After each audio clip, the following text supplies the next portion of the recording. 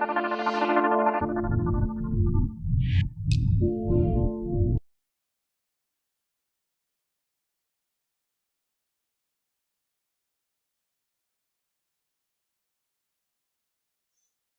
Client server architecture में क्या होता है, सर्वर सर्विस प्रोवाइड करता है, क्लाइंट जो होते हैं वो सर्विस को लेते हैं।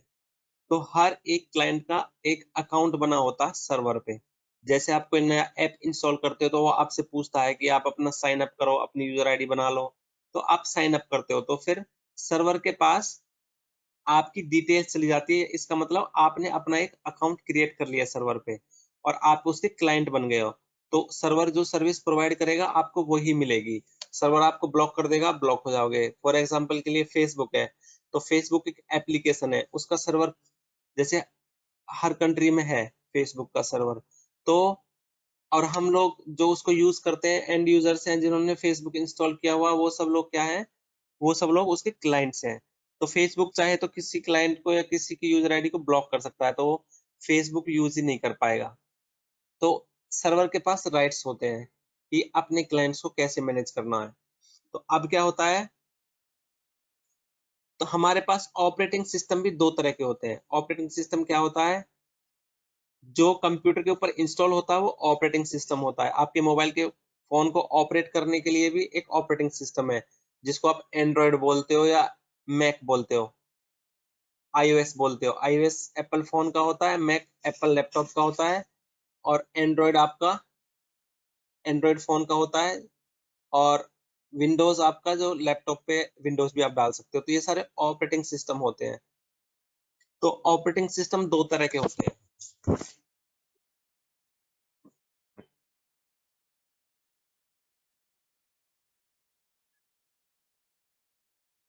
देखो, ऑपरेटिंग सिस्टम दो तरह के होते हैं।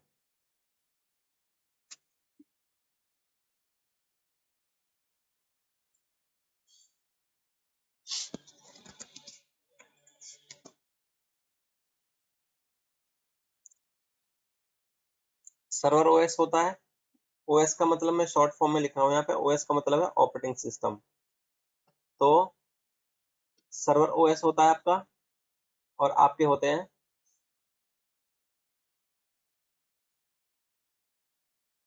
बहुत सारे क्लाइंट्स।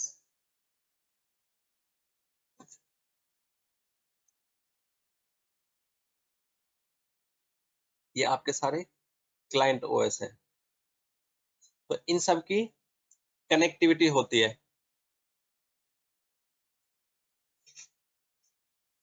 इसके साथ। तो आपका जो सर्वर है इसके पास राइट्स ज्यादा होते हैं अपने क्लाइंट्स को मैनेज करने के। तो अगर हम एग्जांपल लेके चले, अगर हम विंडोज, अभी जैसे हम विंडोज का कोर्स कराएंगे, तो हम विंडोज में क्या करेंगे, विंडोज का जो सर्वर ऑपरेटिंग सिस्टम है जो हम फिलहाल करेंगे, उसको करेंगे हम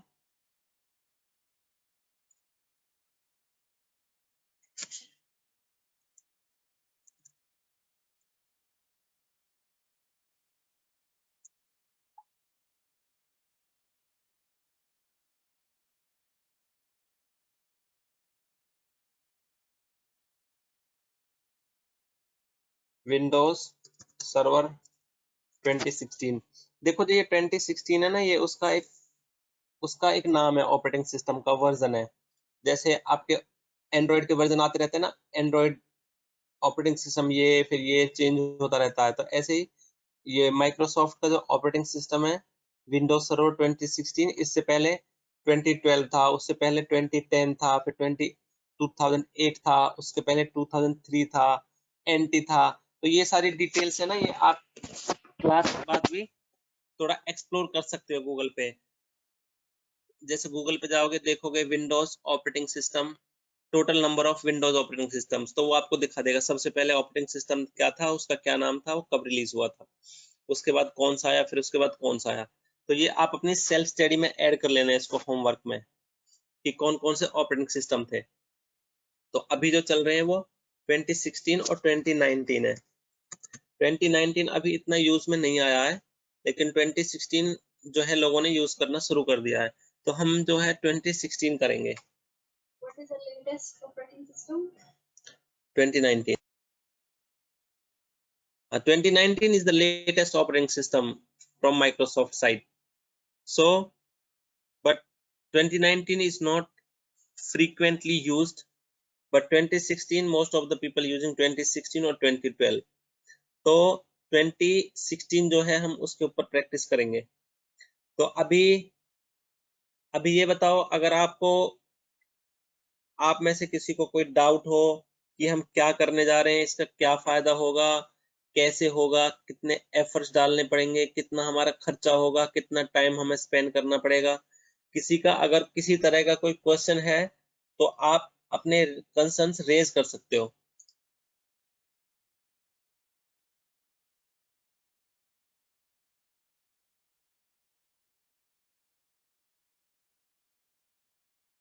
देखो, हमने इंट्रोडक्शन इसलिए नहीं किया क्योंकि हमारे पास ना अभी बहुत से लोग जुड़ते जा रहे हैं, तो इंट्रोडक्शन करेंगे तो हमारा बहुत सारा टाइम स्पेंड हो जाएगा, तो हम इसको सिर्फ पढ़ाई के लिए ही यूटिलाइज करते हैं। देखो, जिसके जो कंसर्न्स है, क्वेरीज हैं, तो आप लोग अपना माइक अनम्यूट करके पूछ सकते हो।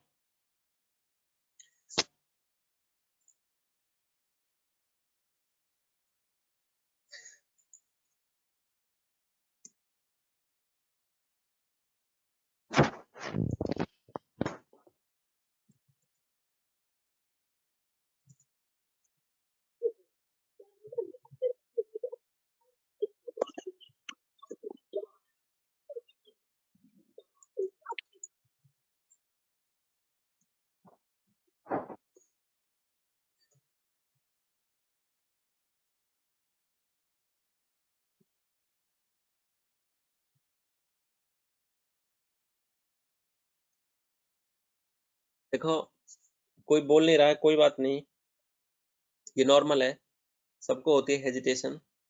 तो आप लोगों को क्या करना है, अपने आप को थोड़ा प्रिपेयर करना है कि आप लोग हेजिटेशन कम करें। एटलीस्ट जहां आपका करियर का सवाल हो वहां तो आप हेजिटेशन को बिल्कुल छोड़ ही दें। और इस चीज से तो आप बिल्कुल हेजिटेट ना करें कि हमें हमारा क्वेश्चन स्टूपिड होगा। कोई भी क्वेश्चन स्टूपिड नहीं होता, और हो सकता है आपके जो क्वेश्चन है उसके जैसे सभी का हो क्वेश्चन, लेकिन सिर्फ ये है कि सब ये चाहते हो कि मैं ना पूछूं। भैया लाइनक्स में और जो विंडोज में जो कमांड्स हैं, जो लाइनक्स में कमांड्स थी वो सेम होगी क्या? नहीं निर्मल, इसमें क्या है, विंडोज में कमांड्स नहीं चलेंगी, यहाँ पे सिर्फ माउस चलेगा। तो माउस क्लिक होगा, यहाँ पे कमांड्स नहीं चलेंगी। तो जो लाइनक्स किया है जिन लोगों ने, उन लोगों की जानकारी के लिए बताता हूँ कि विंडोज जो है लाइनक्स से, अगर आपको लाइनक्स में 100 एफर्ट्स डालने थे तो विंडोज में आपको सिर्फ 20% ही डालने हैं। ये इसलिए इजी है हमने उसके पहले लिए। लाइनक्स कराया था, क्योंकि बहुत लाइनक्स थोड़ा सा डिफिकल्ट है, तो हमने सोचा अगर किसी को भागना होगा तो लाइनक्स को देख के पहले ही भाग जाएगा। लेकिन जो लोग डटे रहे उनको बता रहा हूँ कि विंडोज जो है वो लाइनक्स से बहुत ही इजी है, लेकिन थोड़ा सा ज्यादा सिलेबस, बहुत ज्यादा, बहुत सारी चीजें हैं।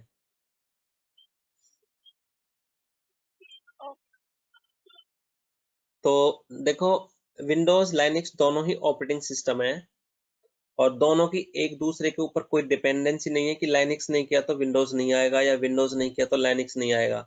लेकिन हर हर एक हर पढ़ाई का अपना यूज होता है। जैसे लाइनक्स, जिन लोगों ने लाइनक्स कर लिया है और अगर उनकी जॉब लगती है कहीं पे विंडोज में और वहां पे कोई लाइनक्स का काम आता है, तो उनको ये नहीं बोलना पड़ेगा कि मुझे लाइनक्स नहीं आता। उनको नॉलेज है, वो डॉक्यूमेंट देख के कर सकते हैं वो लोग। तो एटलीस्ट वो लोग 100% ब्लैंक नहीं होंगे कि हमें कुछ नहीं आता। एटलीस्ट अगर कोई उनको बता देगा, डॉक्यूमेंट दे देगा, इसके हिसाब से कर लो, तो आप कर सकते हो। तो ये फर्क होता है कि बिल्कुल नहीं आता और आपको नॉलेज है। तो अब जिन लोगों ने लाइनक्स किया है उन लोगों को एटलीस्ट नॉलेज है, जिन्होंने सीरियसली पढ़ाई करी है। तो डिपेंडेंसी नहीं है एक दूसरे के ऊपर। ये दोनों विंडोज और लाइनक्स दोनों ही इंडिपेंडेंट ऑपरेटिंग सिस्टम है। कॉन्सेप्ट सारी सेम है, लेकिन वो जो लाइनक्स था वो आपका कमांड लाइन था, और जो विंडोज है वो आपका GUI बेस्ड है, ग्राफिकल यूजर इंटरफेस। तो देखो, जितने भी लोग जुड़े हैं इस ग्रुप में, वो लोग या तो ग्रेजुएशन में है, चाहे वो कंप्यूटर ग्रेजुएट हो या टेक्निकल हो, या फिर ग्रेजुएशन कंप्लीट हो गई है या फिर जॉब कर रहे हैं, उनको इंटरेस्ट है चलो सीख लेंगे तो काम आएगा। तो उन लोगों को मैं यही बोलूँगा कि अगर शुरू किया है तो बीच में क्या होगा, आपको अगर कभी लगे कि ये तो बहुत ही मुश्किल है, होगा नहीं हमसे, तो देखो मुश्किल तो कुछ भी नहीं होता, बस थोड़ा टाइम निकालना पड़ेगा और कंसंट्रेशन से, और आपको ऑनेस्टली उस पे थोड़ा टाइम स्पेंड करना पड़ेगा।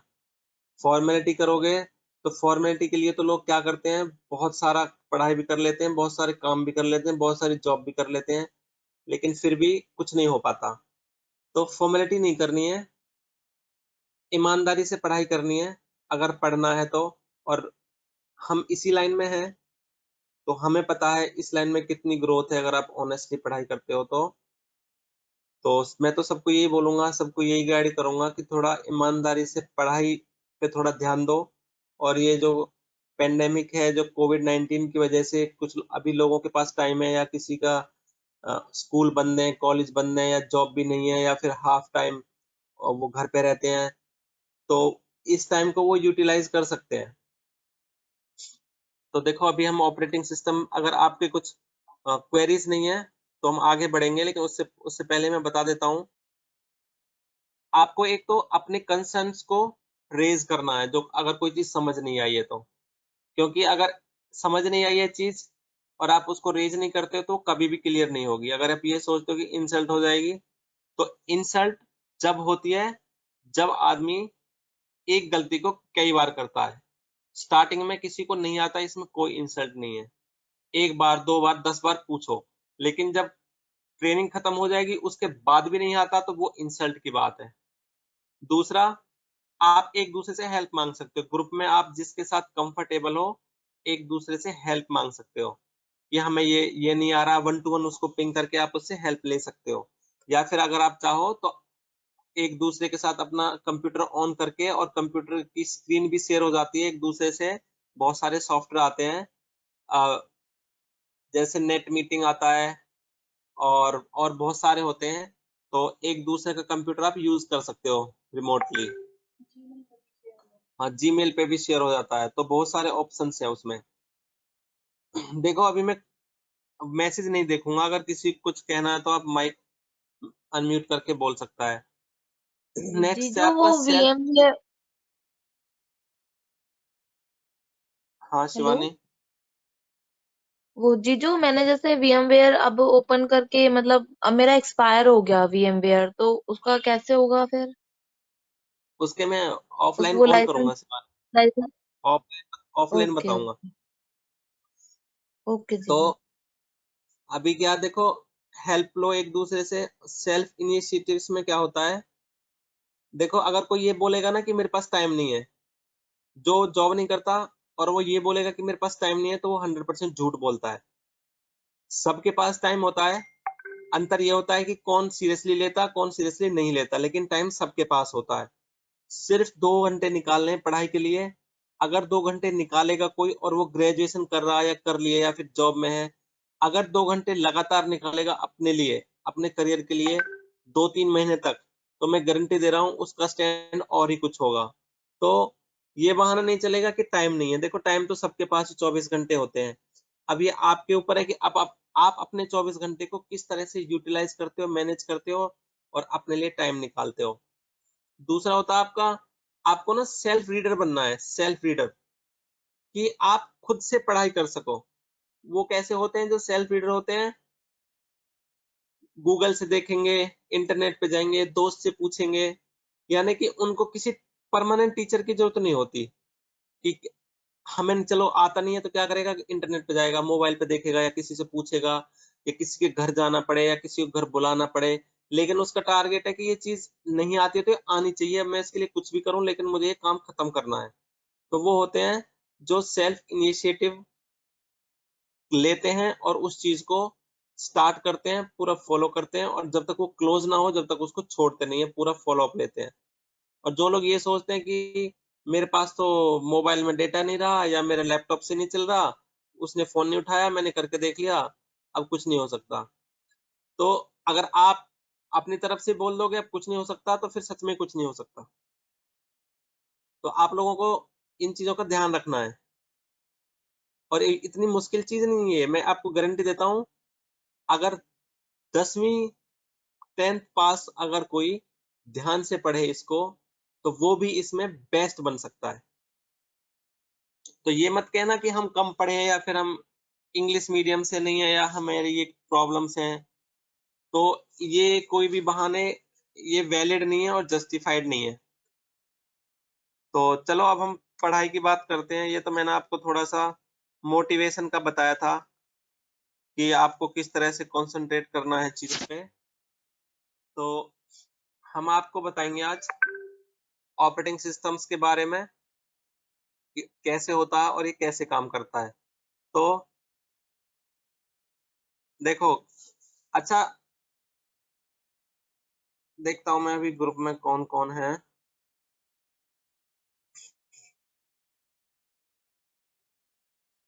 अच्छा, जिसके पास, अच्छा, लैपटॉप अभी किस किस का अरेंज नहीं हुआ है, अनम्यूट करके बोल सकता है, या फिर मैसेज टाइप कर दो, मैं मैसेज देख रहा हूँ इस टाइम।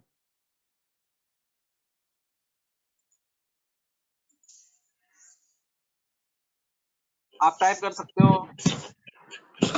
हेलो। हाँ जी, हाँ जी, good evening sir. Good evening. Sir my name is Suman. तो अभी मेरे पास लैपटॉप तो नहीं है, मैं सिर्फ फोन से ही क्लासेस ले रही हूँ।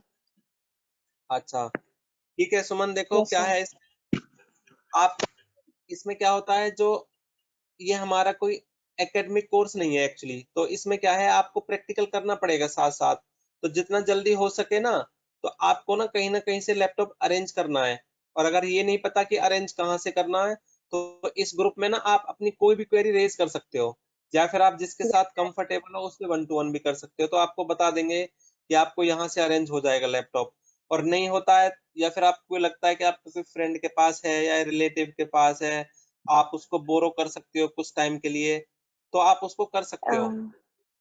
Actually sir, I have a computer, but अभी मैंने उसमें ना वो वर्क स्टेशन और जो वो मैसेज था ISO फाइल ना डाउनलोड नहीं किया आज, इसलिए। अच्छा, मतलब आपके पास लैपटॉप है लेकिन रेडी नहीं है। हाँ, कंप्यूटर हाँ। है। Yes sir. Good good. चलो कोई बात नहीं, उसका ना हम आपको वीडियो दे देंगे कि कैसे कैसे करते हैं वर्क स्टेशन पे। और यस नहीं तो सर। ग्रुप में आप किसी से मांग सकते हो। तो कल जब आपको टाइम मिले तो आप खाली टाइम में पहले वर्क स्टेशन डालो, फिर उसके पास अगर ISO अभी डाउनलोड नहीं हुई है तो आप उसको रात में लगा सकते हो, तो रात रात में वो डाउनलोड हो जाएगी। Okay sir. तो thank you work sir. Station, okay, work station install करने में कुछ नहीं है, आप नेक्स्ट नेक्स्ट करोगे फिनिश। और आप उसमें गूगल पे जाओगे, यूट्यूब पे how to install VMware workstation, तो वहां पे आपको पूरा वीडियो मिल जाएगा, जैसे हम यूट्यूब पे वीडियो देखते हैं। तो एक्चुअली ये होता है, जो मैं अभी बता रहा था आपको, सेल्फ लर्नर या सेल्फ रीडर, तो उसको बोलते हैं। जैसे आप गूगल यूट्यूब पे जाओगे, तो वहां पे आपको देखोगे, वहां पे जाके आप ढूंढोगे उसमें यूट्यूब में how to install VMware workstation on Windows. तो यहाँ पे आपको मिल जाएगी पूरी डिटेल। और नहीं तो ग्रुप में आप मैसेज कर देना, सबके पास वीडियो डाउनलोड कर रखे हैं सब लोगों ने, आपको कोई वीडियो भेज देगा। जिसने भी आपको रिकमेंड किया ना इस ग्रुप में, आप उसी से हेल्प मांग सकते हो। Yes sir. Yes sir. तो अभी देखो हम चलते हैं। अब ये अब किसी के ये डाउट होगा कि ये वर्क स्टेशन क्या है। देखो, सर इसका कौन सा वर्जन डाउनलोड? अच्छा, VMware वर्क स्टेशन का आप चाहो तो लेटेस्ट भी कर सकते हो, 15, और 15 नहीं तो कोई भी कर लो, साल चलेंगे। अगर आपके कंप्यूटर की कॉन्फ़िगरेशन अच्छी नहीं है, तो बेटर होगा कि आप 10 या 12 कर लो, VMware वर्कस्टेशन 10, 10 या 12। Okay sir, thank you. तो अभी देखो वर्कस्टेशन क्या होता है मैं बताता हूँ। जिन लोगों ने पहले लाइनक्स ज्वाइन किया था तो उनको तो क्लियर है वर्कस्टेशन क्या होता है, लेकिन जो नए हैं उनके लिए बता देता हूँ मैं वर्कस्टेशन क्या होता है। अब हम जब इस चीज को पढ़ेंगे, अब ये पढ़ाई ऐसी नहीं कि हम किताब से पढ़ेंगे, नहीं, ये अब आप टेक्निकल कर रहे हो, अब आप किताब नहीं पढ़ोगे, अब आप करोगे, क्योंकि इसको करने के बाद फिर आप जॉब के लिए रेडी रहोगे। तो ये हमें अब करना है, पढ़ना नहीं है, करना है। तो उसके लिए आपको लैब करनी पड़ेगी, प्रैक्टिकल। तो प्रैक्टिकल करने के लिए आपको, अगर मैं आपसे बोलूं कि लैब करो, तो लैब का मतलब, लैब का नाम आते ही आप समझ जाते हो कि 10-20 कंप्यूटर की जरूरत पड़ेगी। तो यहाँ पे क्या है, आपको 10-20 कंप्यूटर खरीदने ना पड़े मार्केट से। तो उसके लिए क्या है, एक VMware वर्कस्टेशन होता है। वर्कस्टेशन क्या होता है, ये एक हाइपरवाइजर होता है। हाइपरवाइजर में आपको इसमें थोड़ा डिटेल में समझा देता हूँ।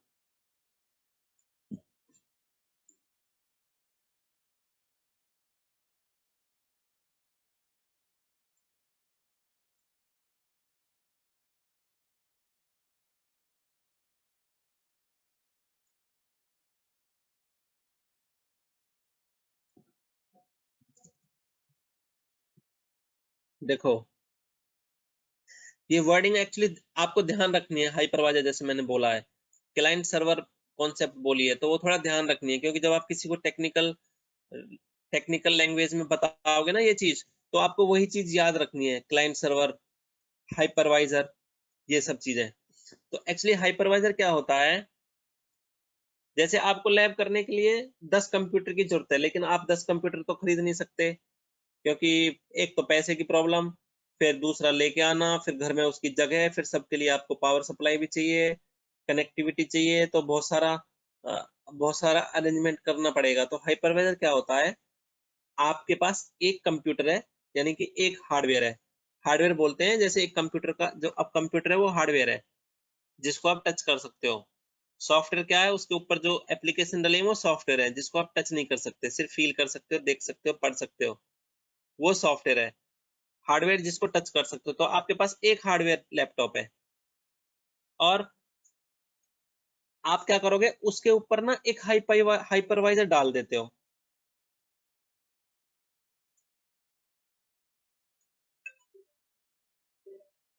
एक सेकेंड।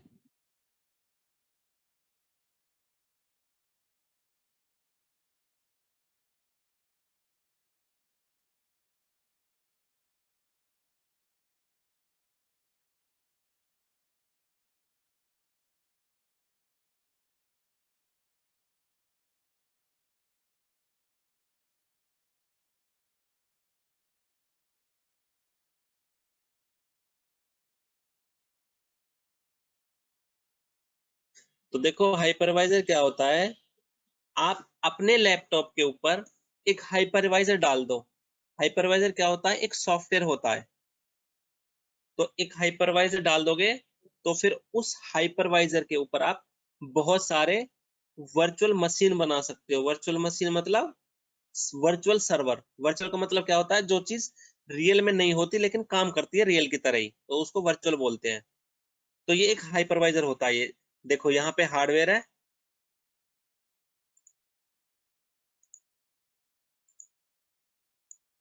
ये देखो, ये हार्डवेयर है यहाँ पे, ये हाइपरवाइजर डाला हमने यहाँ पे, जो कि एक सॉफ्टवेयर होता है, जिसका नाम अभी मैंने आपको VMware वर्कस्टेशन बताया।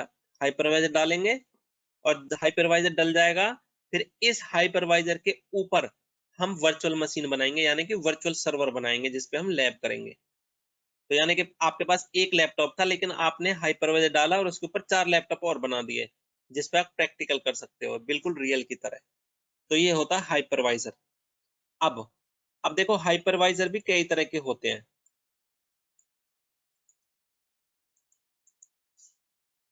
जिन्होंने पहले अटेंड करी थी ना, उनको थोड़ा सा झेलना पड़ेगा ये, क्योंकि नए बच्चों को समझ नहीं आएगा अगर हम ये स्किप कर देंगे ना। तो हम हाइपरवाइजर से करेंगे या VMware वर्कस्टेशन से? तो हम वर्कस्टेशन से करेंगे, लेकिन VMware वर्कस्टेशन एक हाइपरवाइजर है, एक तरह का। तो हाइपरवाइजर कई तरह के होते हैं। देखो, कौन कौन से होते हैं। एक तो माइक्रोसॉफ्ट के होते हैं हाइपरवाइजर। उसमें कौन सा हाइपरवाइजर है, हाइपर वी। ये माइक्रोसॉफ्ट का अपना हाइपरवाइजर है, ये आगे जिस सिलेबस में आएगा मैं बता दूंगा आपको। तो आप माइक्रोसॉफ्ट का विंडोज ऑपरेटिंग सिस्टम डालते हो, उसके अंदर इनबिल्ड आता है हाइपरवाइजर, जिसको हाइपर भी बोलते हैं। उसके बाद होता है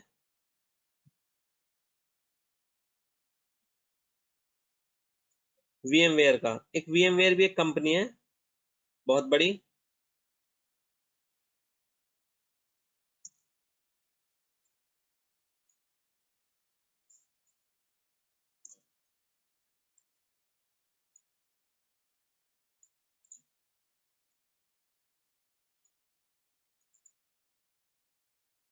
तो VMware का हाइपरवाइजर कौन कौन से होते हैं? एक तो VMware वर्कस्टेशन होता है, एक होता है ESX, पहले फ्यूजन होता है एक, और एक होता है ESXi। तो देखो, अब हम करेंगे इसमें से हम VMware वर्कस्टेशन करेंगे, क्योंकि ये सबसे लाइट है और ये फ्री है। फ्री मतलब ट्रायल वर्जन आप डाउनलोड कर सकते हो, और इसमें आपको हाई कॉन्फ़िगरेशन की जरूरत नहीं होती। यानी कि आपका जो लैपटॉप है उसमें i5, i6 या i7 होना चाहिए प्रोसेसर, 8 GB 16 GB मेमोरी होनी चाहिए, और 200 या 500 GB हार्ड डिस्क होनी चाहिए, चल जाता है। और विंडोज ऑपरेटिंग सिस्टम के ऊपर डलता है ये हाइपरवाइजर। ये हाइपरवाइजर विंडोज ऑपरेटिंग सिस्टम के ऊपर डलता है। ये डलता है आपका मैक के ऊपर, जो एप्पल के लैपटॉप होते हैं उसके ऊपर डलता है फ्यूजन, उसको बोलते हैं फ्यूजन। ये और ये बिल्कुल एक जैसे हैं, अंतर क्या है, ये विंडोज के ऊपर डलता है, ये मैक के ऊपर डलता है। फ्यूजन मैक के ऊपर डलता है और ये विंडोज के ऊपर। तो ये है ESXi। तो ये है हमारा बहुत हाई एंड हाई परफॉर्मेंस वाला हाइपरवाइजर, जिसको हम डायरेक्ट हार्डवेयर के ऊपर डालते हैं।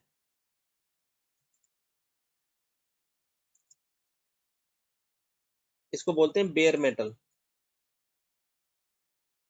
बेयर मेटल का मतलब है आपने इसको डायरेक्ट एक सर्वर खरीदा, और सर्वर के ऊपर ESX पूरा, ये खुद में ही एक ऑपरेटिंग सिस्टम है ESXi। लेकिन ये जो दो हैं, ये इनमें आपको पहले लैपटॉप के ऊपर कोई ऑपरेटिंग सिस्टम डालना पड़ेगा, जैसे विंडोज या मैक, फिर उसके ऊपर ये डलेगा, विंडोज के ऊपर ये और मैक के ऊपर ये। जैसे आपके पास एक लैपटॉप है, उसमें विंडोज 7 होगी या विंडोज 10 होगी, तो उसके आप ऊपर आप वर्कस्टेशन डालोगे। अगर आपके पास मैकबुक है, उसके ऊपर फ्यूजन डालोगे। लेकिन बड़ी बड़ी कंपनियां जो ESX ये यूज करते हैं, वो एक सर्वर खरीद के लाते हैं बड़ा, उसके ऊपर डायरेक्ट ESXi को डाल देते हैं, और फिर उसके ऊपर बहुत सारे सर्वर बना देते हैं वो। तो ये अंतर होता है वर्कस्टेशन में। तो देखो, जब आप VMware वर्कस्टेशन डालोगे तो आपको इस तरह से दिखाई देगा VMware वर्कस्टेशन। यहाँ पे मैंने डाला हुआ है VMware वर्कस्टेशन प्रो। तो इंस्टॉलेशन में इसमें कोई प्रॉब्लम नहीं आएगी आपको। अगर प्रॉब्लम आती है तो आप एक दूसरे की हेल्प ले लेना, लेकिन ये बहुत ईजी है इंस्टॉलेशन। आपको सिर्फ पाथ देना पड़ेगा कि कहाँ पे इंस्टॉल करना है। पाथ का मतलब होता है कौन सी ड्राइव में जाके इंस्टॉल होगा, C ड्राइव में या D ड्राइव में, ये डेटा कहाँ सेव होगा आपके कंप्यूटर पे, वो पाथ आपको सिलेक्ट करना पड़ेगा और वो इंस्टॉल हो जाएगा। इंस्टॉल हो जाएगा, फिर आप उसको ऑन करोगे। तो ऑन करने के बाद वो आपको ऐसे दिखेगा। यहाँ पे ये कुछ नहीं दिखेगा, जो हमने 1 2 3 4 सर्वर बना रखे हैं, ये कुछ नहीं दिखेंगे। वो एक नया ही सिस्टम आपको दिखेगा। तो अब ये हो गया VMware वर्कस्टेशन। तो देखो, अच्छे से समझ लो, ये बेसिक्स है। ये हम कमांड प्रॉम्प्ट चलाते हैं, ये कमांड होती है हमारे विंडोज में, जिससे हम पहले जो ऑपरेटिंग सिस्टम थे वो सारे कमांड बेस्ड ही थे। जैसे ये मैंने कमांड निकाली अभी, लेकिन अभी क्या है, अभी GUI हो गए हैं। दो तरह का इंटरफेस होता है। अगर जो टेक्निकल वाले बंदे हैं उनको पता होगा, जो नॉन टेक्निकल है उनको बता देता हूं मैं। तो इंटरफेस दो तरह का होता है।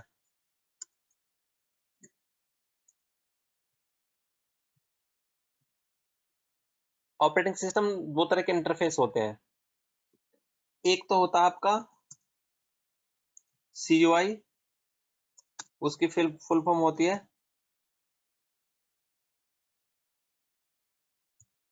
CLI कमांड लाइन इंटरफेस, दूसरा होता आपका GUI।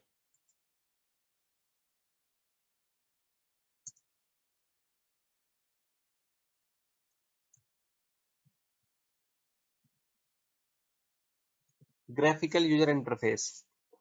तो देखो दोनों में क्या अंतर है। आप मेरा यहाँ माउस चलता हुआ देख रहे हो, यहाँ पे मैं यहाँ पे गया, मैंने कहीं क्लिक कर दिया, ये पेज रिफ्रेश किया, अब मैंने यहाँ पे कुछ क्लिक किया, गो टू मीटिंग पे, व्हाट्सएप पे, तो मैं क्लिक कर रहा हूँ इधर उधर, तो ये सारा क्या है, ये GUI है, मतलब मुझे ग्राफिक्स दिख रहे हैं और मैं उन पे क्लिक कर रहा हूँ, तो ये GUI हो गया। और कमांड लाइन क्या होता है, ये कमांड लाइन है, ये सारा कमांड लाइन है जहां पे आपको सिर्फ कमांड चलानी होती है। जैसे आपने कमांड चलाई डेट, आपको डेट दिख गई आज की, आपने कमांड चलाई टाइम, आपको टाइम दिख गया, आपको कंप्यूटर का नेम देखना, आपने कमांड चलाई होस्ट नेम, आपको कंप्यूटर का होस्ट नेम दिख गया। ठीक है, आपको कंप्यूटर का विंडोज कौन सा इंस्टॉल है वो देखना है, तो आपने कमांड चलाई WinVer, WIN WinVer वर, WinVer विंडोज वर्जन, आपको विंडोज का वर्जन दिखा दिया, विंडोज 10। तो पहले क्या था, पहले सारे ऑपरेटिंग सिस्टम जो कमांड बेस्ड ही आया था, लेकिन बाद में इसको ज्यादा यूजर फ्रेंडली बना के क्या किया, इसको GUI बना दिया। तो अब जो हम यूज कर रहे हैं लेटेस्ट, वो GUI यूज करते हैं। लेकिन एक चीज ध्यान रखना, जितने भी काम हम GUI में कर सकते हैं, वो सारे काम हम कमांड लाइन में कर सकते हैं, CLI में, कमांड लाइन इंटरफेस में। GUI हमने सिर्फ और सिर्फ यूजर के आसानी के लिए बनाया है कि इसमें जो कम से कम पढ़ा वो भी काम कर ले। अब देखो जैसे आपको पता है, जो मोबाइल बेचते हैं या डेटा कार्ड बेचते हैं या मोबाइल रिचार्ज करते हैं, सबके पास होते हैं आजकल लैपटॉप। तो लैपटॉप होते हैं तो क्या करते हैं, वो भी अपना काम करते हैं उस पे। तो जरूरी नहीं कि बहुत ज्यादा पढ़े लिखे हैं, क्योंकि विंडोज जो है वो इतना यूजर फ्रेंडली बन गया है, अनपढ़ भी यूज करता है विंडोज को, इतना यूजर फ्रेंडली हो गया है विंडोज। तो इसमें आपको अंतर समझना है, कमांड लाइन और GUI में कोई डिफरेंस नहीं है। कमांड लाइन थोड़ा डिफिकल्ट है, GUI दिखता है, कहाँ आपको क्लिक करना, कैसे करना, क्या हो रहा है, सब दिखता है। लेकिन कमांड लाइन में पीछे कुछ नहीं दिखता कि पीछे क्या हो रहा है। इसमें कोई कमांड चलाओगे आप dir, तो इसमें दिखाएगा कौन कौन से फोल्डर हैं। तो यहाँ पे अगर मैं आपको अभी मैं कहाँ पे हूँ एग्जाम्पल देता हूँ, जैसे मैं C ड्राइव पे जाता हूँ, कमांड चलाता हूँ, CLS क्लियर हो गई, मैं C पे हूँ, C ड्राइव पे देखो यहाँ पाथ आ रहा है C, तो ये इसका फॉर्मेट होता है, C में हूँ मैं। और अभी मैं यहाँ पे dir डालूंगा डायरेक्टरी, तो मुझे सारी डायरेक्टरी दिखा देगा इसी के अंदर कौन कौन सी डायरेक्टरीज है, डायरेक्टरी मतलब फोल्डर। तो अगर मैं यहाँ जाऊंगा माई कंप्यूटर पे और C में गया, तो ये सारी डायरेक्टरी देखो, बिगिनफो, ESX01, Intel, MSCS, new directory, ये सारे हैं, देख लो इसमें मैच कर लो, ये सारे फोल्डर है। तो कमांड लाइन से वही काम होता है जो अब GUI में, लेकिन GUI अच्छा लगता है, यूजर फ्रेंडली, तो ज्यादातर लोग GUI ही यूज करते हैं। अब मुझे दूसरे फोल्डर पे जाना है, तो दूसरे पे जाना, तो यहाँ पे क्या, यहाँ तो मैं डायरेक्ट क्लिक कर दूंगा, डबल क्लिक कर दिया, चला गया अंदर। लेकिन इसमें अगर मैं जाऊंगा तो मुझे क्या करना पड़ेगा, CD चेंज डायरेक्टरी, ये ESX01 एंटर। अब मैं इस डायरेक्टरी के अंदर चला गया। अब यहाँ पे देखूंगा इसके अंदर क्या क्या है, ये आ जाएगा, देखो ये जो इसके अंदर है अब ये यहाँ दिख रहा है। तो अंतर कुछ नहीं है, ये चीज हमने लाइनक्स में बताई थी, तो जिन्होंने लाइनक्स किया उनको तो समझ आ रहा होगा।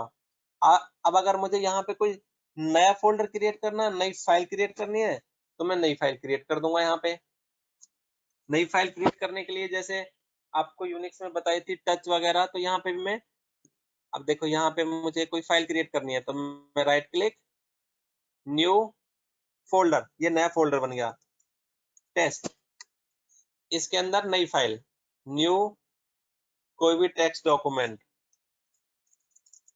दिस इज टेस्ट फाइल, ये फाइल बन गई। तो ये सब चीज मैं यहाँ से भी कर सकता हूँ। तो आपको समझ आ गया होगा कमांड लाइन क्या होता है और ग्राफिकल क्या होता है। तो ये वर्कस्टेशन है हमारा। तो VMware ये वर्कस्टेशन हमने इंस्टॉल करने के बाद अब हमें क्या करना है, हमें ऑपरेटिंग सिस्टम की सोर्स फाइल चाहिए। जैसे हमने बोला था ना सबको कि आप ISO डाउनलोड कर लो, तो हमें सोर्स फाइल चाहिए। सोर्स फाइल क्या होती है, हमें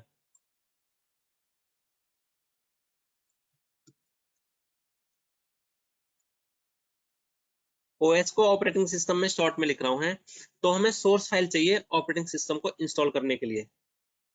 तो सोर्स फाइल क्या होती है, ISO हो या आपके पास CD हो, या फिर ये सारा डेटा आपके पास USB ड्राइव में हो, कोई से एक चीज होनी चाहिए। पहले क्या है, CD आती थी गाने सुनने के लिए, मूवी देखने के लिए, आजकल क्या पेन ड्राइव में आ जाते हैं। तो ऐसे ही पहले ऑपरेटिंग सिस्टम है जो ये ऑपरेटिंग सिस्टम की CD आती थी, लेकिन आजकल क्या है, ISO डाउनलोड कर लेते हैं इंटरनेट से और उसको सीधा ISO क्या है, एक तरह से वर्चुअल CD होती है। मतलब CD होती थी फिजिकल जिसको आप टच कर सकते थे, ISO एक वर्चुअल है जो टच नहीं कर सकते लेकिन काम वही करती है ISO। तो ISO जब आप डाउनलोड कर लोगे इंटरनेट से तो आपको ऐसी दिखेगी ISO फाइल।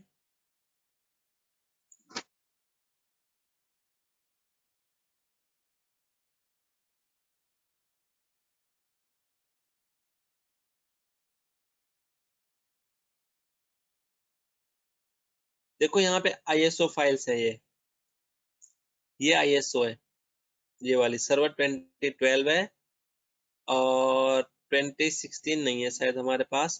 तो कोई बात नहीं, हम 2012 ही कर लेंगे। तो ये ISO फाइल है। तो ये एक तरह से देखो यहाँ पे लिख रहा है डिस्क इमेज फाइल, इसकी आप टाइप देखोगे ना यहाँ पे, देखो डिस्क इमेज फाइल। तो ये एक तरह से डिस्क है ये, लेकिन फिजिकल डिस्क नहीं है, ये वर्चुअल डिस्क है। तो आप इसको कैसे माउंट करते हैं, देखो आप VMware वर्कस्टेशन पे जाओगे, यहाँ पे अब आपको नई मशीन क्रिएट करनी है, मतलब नया सर्वर बनाना है। तो कैसे बनाओगे, तो आप यहाँ पे जाओगे फाइल न्यू वर्चुअल मशीन। अब ये पूछेगा welcome to new virtual machine wizard, यानी कि नई वर्चुअल मशीन बनाने में आपका स्वागत है। अब यह what type of configuration do you want, कि आपको किस तरह की कॉन्फ़िगरेशन चाहिए, कस्टम और टिपिकल। देखो आप ध्यान रखना, जब आप कंप्यूटर आप उससे कुछ बोलता है या आपको कुछ बताता है ना, आपको उसको पढ़ना है एटलीस्ट कि वो कह क्या रहा है। ऐसा नहीं खाली नेक्स्ट नेक्स्ट करके आपने फिनिश कर दिया। तो यहाँ पे आप ये कह रहा है create workstation 15 virtual machine in a few easy steps, create a virtual machine with advance options. अगर आपको एडवांस में जाना तो कस्टम में जाना, तो बेटर आप एडवांस क्लिक करो कस्टम पे। कस्टम का मतलब होता है आप इसको अपने हिसाब से कस्टमाइज कर सकें कि हमें क्या चाहिए क्या नहीं चाहिए। टिपिकल का मतलब आप कुछ नहीं कर सकते, बाय डिफॉल्ट सेटिंग जो होंगी वो अपने आप इंस्टॉल हो जाएंगी, लेकिन हमें क्या करना है, कस्टम करना है। और नेक्स्ट, तो इसका वर्जन है 15। तो यहाँ पे कंपैटिबिलिटी 15 है। अगर आप ये चाहते हो कि आप जो वर्चुअल मशीन बनाओ वो वर्चुअल मशीन और जगह भी चल जाए, यानी कि आपने VM बना लिया और वो वर्चुअल मशीन कॉपी करके अपने दोस्त को दे दी और उसके पास VMware वर्कस्टेशन 10 है, तो वहां पे चल जाए वो, तो आप यहाँ पे ये सिलेक्ट करोगे तो वो 10 पे भी चलेगी। आप चाहते हो कि 15 पे ही चले, तो अगर किसी का वर्कस्टेशन का 15 है वहीं चलेगी वो मशीन। तो ये क्या है, एक वर्चुअल मशीन होती है। आपने सर्वर बना दिया यहाँ पे और आपका दोस्त आया पेन ड्राइव में उसको कॉपी करके दे दिया, वो अपने सर्वर पे जाके उस सर्वर को ऐसे कैसे चला लेगा, लेकिन उस पर जब ही चलेगा वो जब यहाँ पे आपने 15 है उसका भी 15 होगा। और अगर आप इसको यहाँ कर देते हो कि वो 10 पे चल जाए, तो वो 10 से ऊपर वाले पे नहीं चलेगी लेकिन 10 से नीचे वाले पे चल जाएगी। लेकिन अगर आप 15 करते हो तो 15 से नीचे वाले सभी वर्जन पे चल जाएगी, लेकिन 15 से ऊपर वाले पे नहीं चलेगी। इसलिए आप अगर हाईएस्ट सिलेक्ट करते हो इसका मतलब वो सब पे चलेगी। और ESX सर्वर है यहाँ पे देखो, इसको आप कॉपी करके ESX पे भी चला सकते हो, जो आपको मैंने अभी बताया था उसमें ESXi। तो हम करते हैं नेक्स्ट। अब ये कह रहा है देखो new guest operating system installation. तो ये गेस्ट ऑपरेटिंग सिस्टम है जो हम इंस्टॉल करने हैं। तो यहाँ पे हम जो भी इंस्टॉल करेंगे वो गेस्ट होंगे, गेस्ट। और जो होस्ट कौन है, जो हमारा लैपटॉप है जिसपे हमने वर्कस्टेशन इंस्टॉल कर रखा है वो होस्ट है, और जो इसके अंदर ये मशीन इंस्टॉल हो रही है ये सारी गेस्ट है। तो ये भी एक गेस्ट ही मशीन है जो हम इंस्टॉल कर रहे हैं। तो अब हम इसको करेंगे। अब ये कह रहा है a virtual machine is like a physical computer, it needs an operating system, how will you install the guest operating system. कह रहा वर्चुअल मशीन है वो फिजिकल कंप्यूटर की तरह ही होती है, इसको एक ऑपरेटिंग सिस्टम की जरूरत है। How you will install the guest operating system, कि आप इसको कैसे इंस्टॉल करोगे। इंस्टॉलर डिस्क, कि डिस्क, अब डिस्क से होगा नहीं क्योंकि इसमें डिस्क है ही नहीं। फिजिकल डिस्क, डिस्क ड्राइव होती है जो ट्रे निकलती थी, सीडी रखते थे फिर अंदर जाती थी, उसको डिस्क बोलते हैं। लेकिन इसमें डिस्क है ही नहीं, तो ये कह रहा है इसमें तो डिस्क है ही नहीं। तो इसलिए क्या कह रहा है, इंस्टॉलर डिस्क इमेज फाइल, कि इमेज फाइल से कर दो, कि डिस्क इमेज फाइल बोलते हैं ISO को। ये रहा। तो अब ये पूछेगा ISO कहाँ है, तो उसको यहाँ से बतानी पड़ेगी। ब्राउज पे क्लिक करो, जहां पे रखिए वहां पे जाओ, दिस PC, C ड्राइव और सॉफ्टवेयर, और ये रहा 2012 ISO।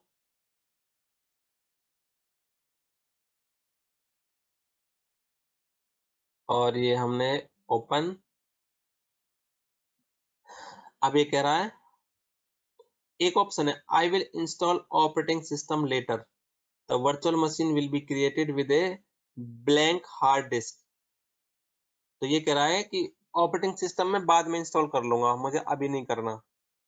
लेकिन हमें तो करना है। अगर आपको नहीं करना तो ये भी सिलेक्ट कर सकते हो, आपकी खाली मशीन बन जाएगी। यानी कि आप मार्केट से जाके कंप्यूटर खरीद लाए लेकिन उस पर ऑपरेटिंग सिस्टम नहीं डाला। ये करोगे तो इसका मतलब आप ऑपरेटिंग सिस्टम इंस्टॉलेशन स्टार्ट कर दिए। नेक्स्ट। अब ये इसमें प्रोडक्ट की मांगेगा, यानी कि आपने लाइसेंस खरीदा होगा इसका, तभी आपको प्रोडक्ट की मिलेगी माइक्रोसॉफ्ट से।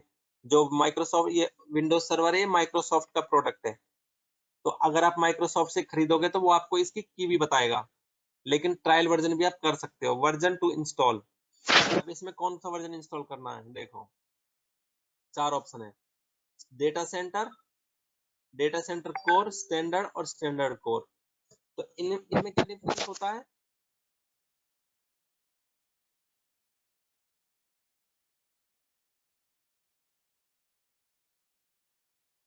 तो देखो ये सर्वर 2012 है ये, लेकिन सर्वर 2012 के भी कई सारे वर्जन है इसमें। देखो डेटा सर मेरा सेंटर। एक क्वेश्चन है हाँ जी, सर, इसमें डेटा सेंटर में स्टैंडर्ड में डिफरेंस क्या है?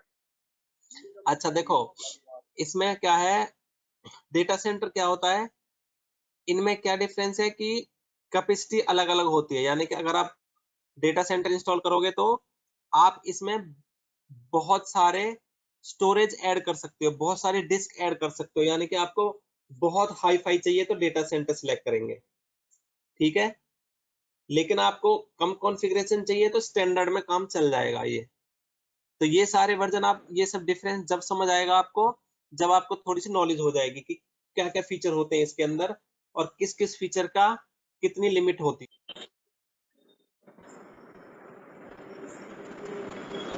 तो स्टैंडर्ड में क्या है, जो डेटा से मतलब बहुत बड़ा सर्वर बनाना है, बहुत सारे क्लाइंट कनेक्ट होंगे और उसमें बहुत सारा डेटाबेस रहेगा, तो आप डेटा सेंटर। लेकिन अगर आप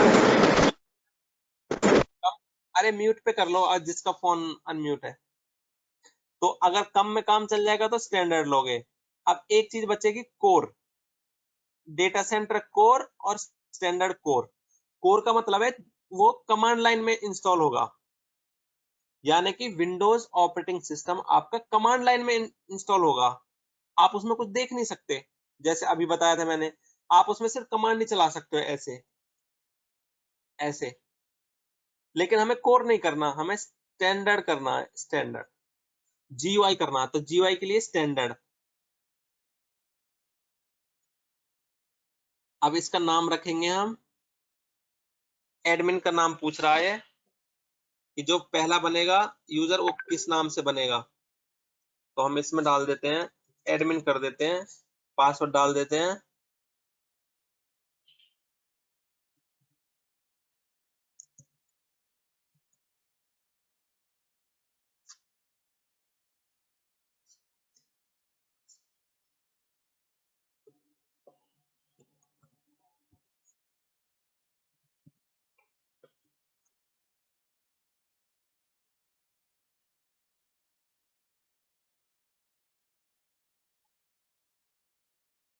ये कह रहा है you did not enter a Windows product की, कि आपने की नहीं डाली।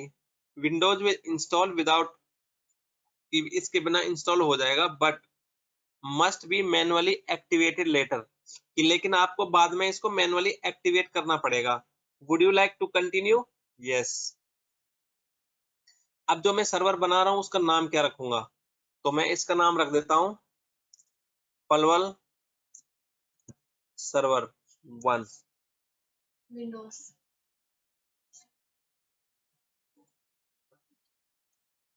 चलो मैं इसका पलवल विंडोज सर्वर 1 कर देता हूं, ठीक है। और अब ये कहाँ जाके सेव होगा, ये उसकी लोकेशन है, देखो यहाँ पे सी के अंदर user Satya document virtual machine Palwal Windows server 1। अगर आप चाहते हो कि इसका पाथ और कोई बने तो आप और भी कोई सिलेक्ट कर सकते हो, जैसे कि सी के अंदर मैं एक फोल्डर बना दूं, न्यू फोल्डर करके यहाँ पे इस फोल्डर का नाम कर दूं लैब, तो मैं यहाँ पे लैब कर दूंगा और वर्क स्टेशन में मैं उसका पाथ चेंज कर दूंगा, यहाँ सी में जाके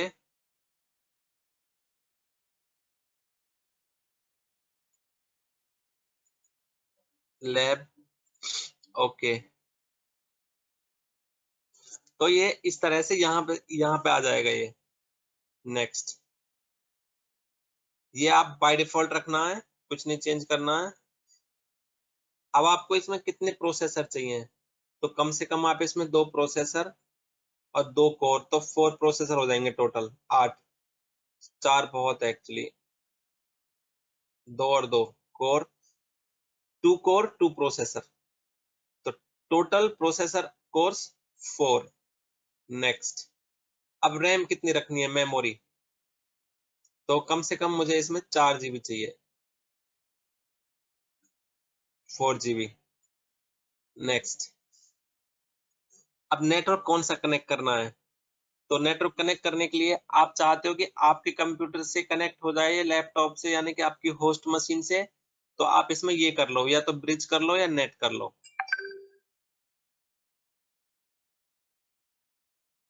नेक्स्ट, इसको डिफॉल्ट रहने दो, ये आपसे हार्ड डिस्क टाइप है, इसको डिफॉल्ट। अब ये पूछेगा सिलेक्ट ए न्यू डिस्क, कि आपको नई डिस्क बनानी है या फिर पहली डिस्क यूज करनी है, कोई है आपके पास पड़ी है तो, या फिर आप फिजिकल डिस्क करनी है, तो आप इसमें नई डिस्क बनाओगे पहले, create a new disk. Next, ये 2 चीज होती है इसमें, allocate all disk space now, store virtual disk as a single file, split virtual disk में मल्टीपल फाइल्स, तो आप इसमें ये कर लो। चलो इसको यही रहने दो आप, वर्चुअल डिस्क। ये जब ESX करवाएंगे ना आपको इनका डिफरेंस बता देंगे, ठीक है। आप यहाँ पढ़ भी सकते हो कि कौन सी डिस्क टाइप का क्या मतलब है। Allocate all disk space now, इसका मतलब है अगर आप डिस्क का साइज, यहाँ पे हार्ड डिस्क कितनी चाहिए आपको, जैसे मेमोरी कितना डेटा स्टोर कर सकते हो, हार्ड डिस्क कैपेसिटी 20 GB, तो अगर ये क्लिक कर दोगे ना एलोकेट ऑल स्पेस नाउ, तो आपका कंप्यूटर 20 GB स्पेस रिजर्व कर देगा इस कंप्यूटर के लिए। अगर आप इसको नहीं सिलेक्ट करोगे तो जितना जरूरत पड़ेगी उतना ही लेगा साइज, तो हमें हमेशा ये अनचेक रखना है ताकि जो यूज नहीं हो रहा वो कंप्यूटर में फ्री पड़ा रहे। अगर इसको सिलेक्ट कर दोगे तो पूरा 20 GB का 20 GB अभी ले लेगा ये। नेक्स्ट, तो डिस्क का फाइल नेम क्या होगा, डिस्क फाइल, तो डिस्क फाइल नेम इस नाम से बनेगी, पलवल विंडोज सर्वर 1 VMDK, ये एक्सटेंशन होती है फाइल की, VMDK। अब नेक्स्ट, अभी आपको पूरा डिटेल दे रहा है कि वर्चुअल मशीन का नाम ये है और ये लोकेशन है, ये वर्जन है, ये ऑपरेटिंग सिस्टम है, इतनी हार्ड डिस्क है, मेमोरी है, ये नेटवर्क है, ये CPU है। तो फिनिश करोगे तो अभी आपकी यहाँ पे नई मशीन बन जाएगी। देखो ये बन गई पलवल विंडोज सर्वर 1। तो ये अभी स्टार्ट हो गई आपकी मशीन। अभी इंस्टॉलेशन शुरू होगी आपकी ऑपरेटिंग सिस्टम की।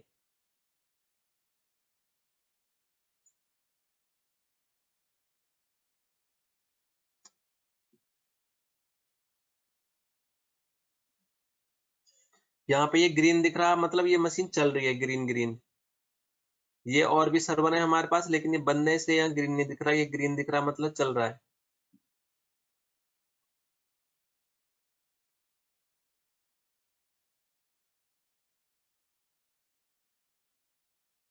तो ये सेटअप स्टार्टिंग, अभी सेटअप स्टार्ट हो रहा है विंडोज इंस्टॉल करने का। देखो ये बहुत इंपॉर्टेंट है, थोड़ा ध्यान से देख, इसको ध्यान से सुनना आप लोग, क्योंकि इंस्टॉलेशन मेन होता है पहले तो।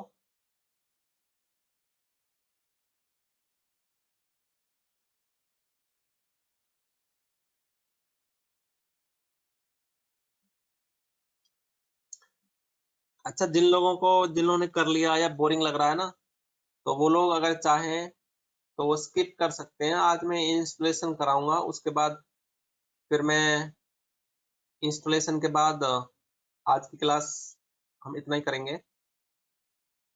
बाकी अगर टाइम है तो आप कंटिन्यू कर सकते हो सकता है कुछ नई चीज ऐसी आ जाए जो आपको अभी तक ना पता हो। तो देखो ये क्या कर रहा है, your computer will start many several times, this might take a while. इसमें टाइम लग सकता है। Copying Windows file, getting file ready, installing feature, installing update, finishing up. तो ये पूरा कंप्लीट करेगा विंडोज इंस्टॉलेशन। तो हम जब तक वीडियो पॉज कर देते हैं।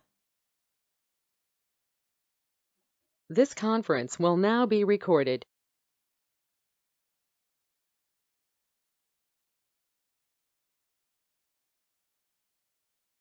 तो अभी हमारा OS इंस्टॉलेशन कंप्लीट हो गया है और उसके बाद रिबूट हो गया हमारा सर्वर अपने आप।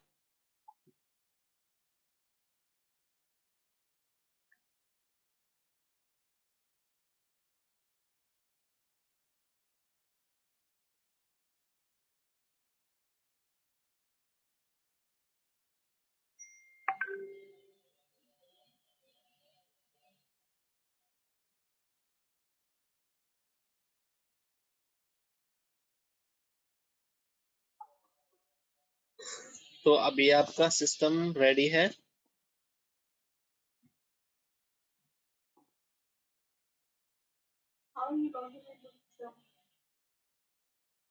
एक्चुअली अभी ये फर्स्ट टाइम लॉगिन हो गया जो हमने यूजर क्रिएट किया था इसमें।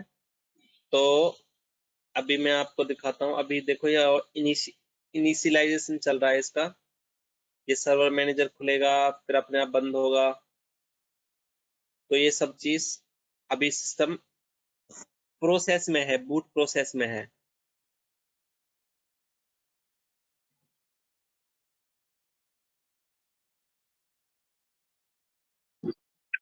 ये ऑटो सेटअप होता है या करना पड़ता है? ये ऑटो सेटअप है, अभी तक ये अपने आप ही चल रहा है। ये इंस्टॉलेशन कंप्लीट होने के बाद रीबूट हो गया है सिस्टम अपने आप। ओके। तो अभी रीबूट होके कंप्लीट हो गया है। तो ये आपका ऑपरेटिंग सिस्टम है यहाँ पे। और जैसे ये आपका स्टार्ट बटन होता है, जैसे हर एक ऑपरेटिंग सिस्टम में होता है।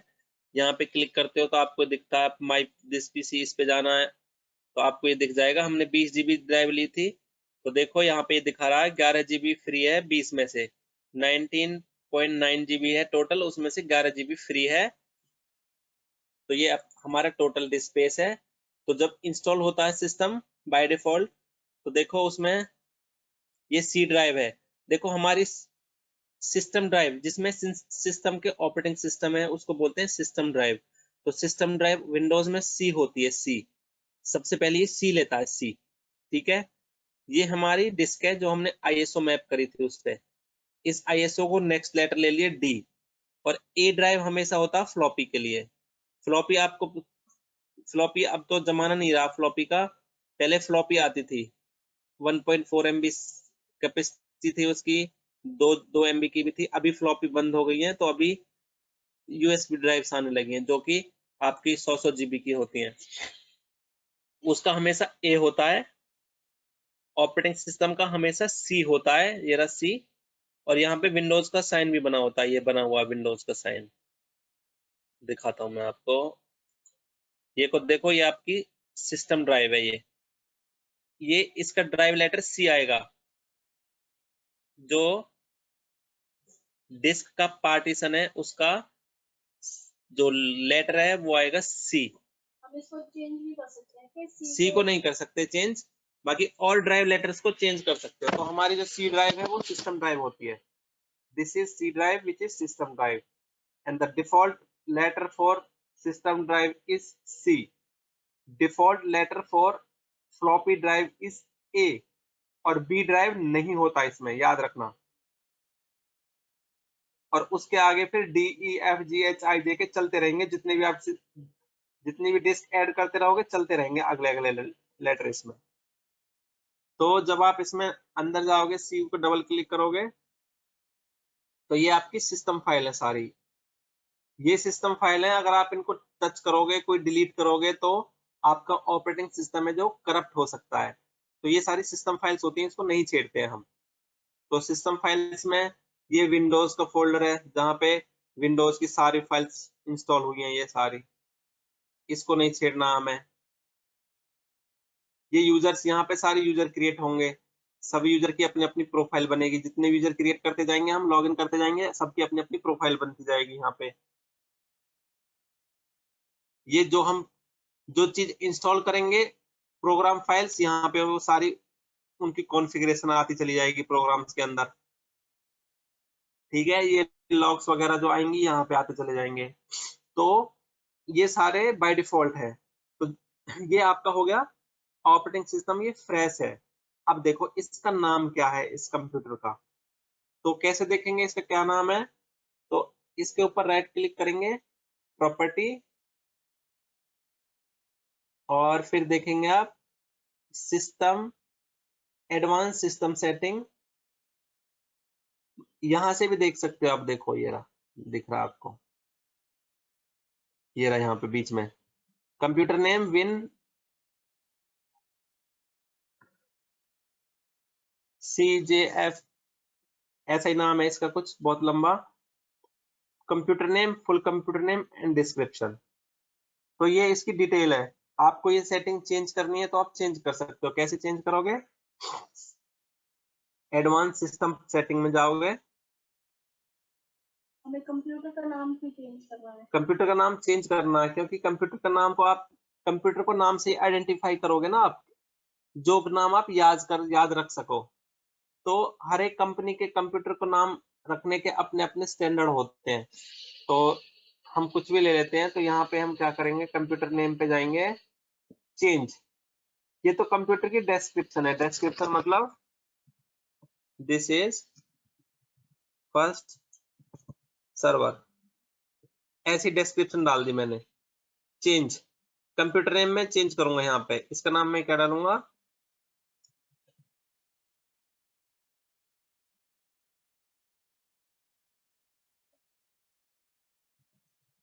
पलवल 1, और इसको ओके।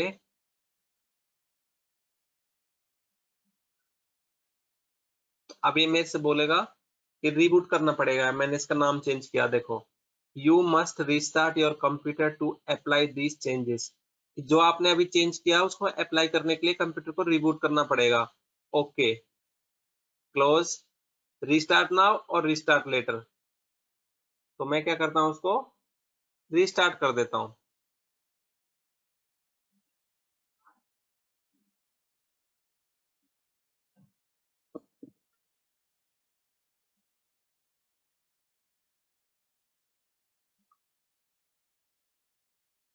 तो ये सर्वर ऑपरेटिंग सिस्टम है जो हमने डाला, इसलिए इसका क्या नाम है, Windows server 2012।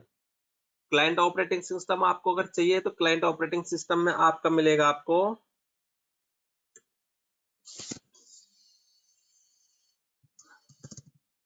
Server OS, client OS में आपके होंगे विंडोज 7, विंडोज 10 और एक्सपी तो अब बंद हो गया, पहले एक्सपी आता था। तो ये क्लाइंट ऑपरेटिंग सिस्टम है। आप सर्वर ऑपरेटिंग सिस्टम को क्लाइंट की तरह यूज कर सकते हो, लेकिन क्लाइंट ऑपरेटिंग सिस्टम को सर्वर की तरह यूज नहीं कर सकते।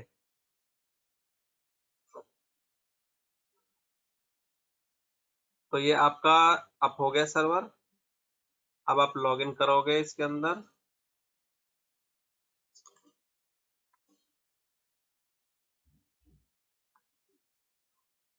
मैंने पासवर्ड दिया था,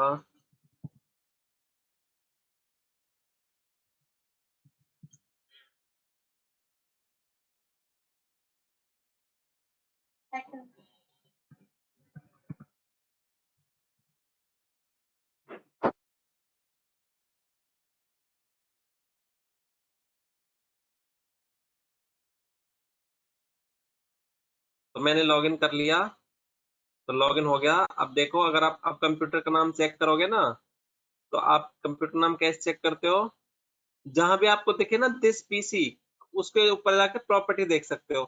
तो आप यहाँ स्टार्ट पे क्लिक करके, इसको क्लिक करके, ये दिस पीसी है, राइट क्लिक करो, प्रॉपर्टी देख लो। देखो इसका नाम आ गया, कंप्यूटर नेम पलवल 1, कंप्यूटर का पूरा नाम भी पलवल 1 है और कंप्यूटर का नाम पलवल 1 है, ठीक है। डिस्क्रिप्शन है, दिस इज फर्स्ट सर्वर, और ये वर्क ग्रुप है। वर्क ग्रुप में आपको बाद में बताऊंगा वर्क ग्रुप क्या होता है। तो ये आपका, मैंने इसका नाम चेंज कर दिया पलवल का। अब देखो, अब आपका जो सर्वर होता है या आपकी जो क्लाइंट मशीन होती है, वो दूसरे किसी सर्वर से जब कम्युनिकेट करती है, बात करती है, या एक दूसरे में डेटा ट्रांसफर होता है, तो उसके लिए कनेक्टिविटी होनी चाहिए उसकी, ठीक है। कनेक्टिविटी होती है एक दूसरे से कंप्यूटर के साथ। तो वो कनेक्टिविटी कैसे होती है, नेटवर्क के थ्रू। कनेक्टिविटी कैसे होती है, नेटवर्क के थ्रू। तो अभी हम जो हमने ये सर्वर बनाया पलवल 1, ये इस नाम को मैं चेंज भी कर सकता हूं। अगर यहाँ से खाली यहाँ से चेंज करना है, यहाँ से चेंज हो जाएगा ये, यहाँ से ये सिर्फ डिस्क्रिप्शन है, वीएम नेम इसको चेंज कर सकते हो आप। पलवल 1, ये हो गया पलवल 1। तो मैंने इसलिए चेंज कर दिया क्योंकि मैंने अंदर भी इसका नाम भी पलवल 1 दिया था, तो मैं सोचा यहाँ पे भी पलवल 1 कर देता हूँ। ये एक ही रहना चाहिए, क्योंकि जब आप कभी फाइल वगैरह ढूंढते हो, कुछ प्रॉब्लम आती है ना, तो सेम नाम से ढूंढते हो, डिफरेंट रहेगा तो प्रॉब्लम होगी ट्रबल शूटिंग करने में। तो देखो ये आपका, अब हम इसमें आईपी डालेंगे।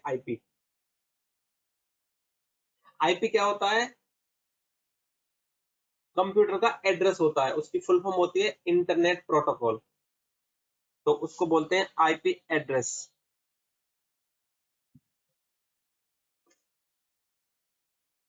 आईपी एड्रेस, आईपी की फुल फॉर्म होती है इंटरनेट प्रोटोकॉल। तो आईपी एड्रेस डालेंगे हम, हर एक सर्वर का अपना आईपी होता है, तभी वो दूसरे से कम्युनिकेट करता है। आईपी नहीं डालोगे तो वो कम्युनिकेट नहीं करेगा। अब जैसे देखो, मेरा ये कंप्यूटर है जिसपे मैं इसका नाम, इस कंप्यूटर का नाम तो है पलवल 1, जैसा कि मैंने आपको अभी दिखाया, देखो पलवल 1।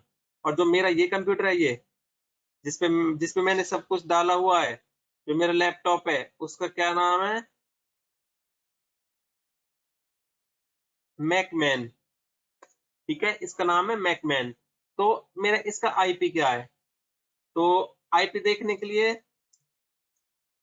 कमांड होती है, कमांड से देखना तो देख सकते हो, आईपी कॉन्फिग।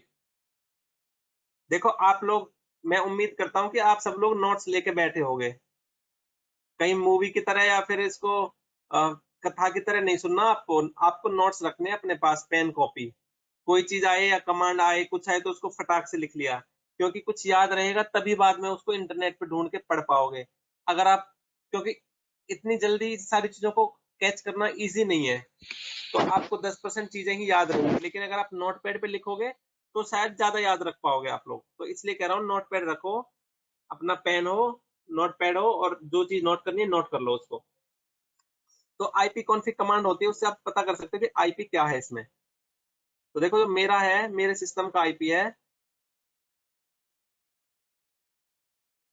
वाईफाई जो मेरा वाईफाई का आईपी है 971 तेरा वाईफाई, जितने भी लैन कार्ड होते हैं सारे दिखा देता है यहाँ पे। ये फिजिकल है, ये वाईफाई का है। तो इसका 192.168.1.71। तो मुझे इसी रेंज का आईपी इस मशीन को भी देना है, अंदर वाली को, तभी मैं इस मशीन को अपने कंप्यूटर से कनेक्ट कर पाऊंगा। तो आईपी कैसे देते हैं देखो बताता हूं। यहाँ पे नेटवर्क दिख रहा है, नेटवर्क्स पे क्लिक करो, प्रॉपर्टी, चेंज एडेप्टर सेटिंग, ये इथरनेट आ गया आपका, यानी कि लैन कार्ड आ गया। लैन कार्ड क्या होता है, जिससे आपका लोकल एरिया नेटवर्क कनेक्ट होता है। लैन कार्ड की फुल फॉर्म होती है लोकल एरिया नेटवर्क, जिससे आप नेटवर्क को कनेक्ट करते हो।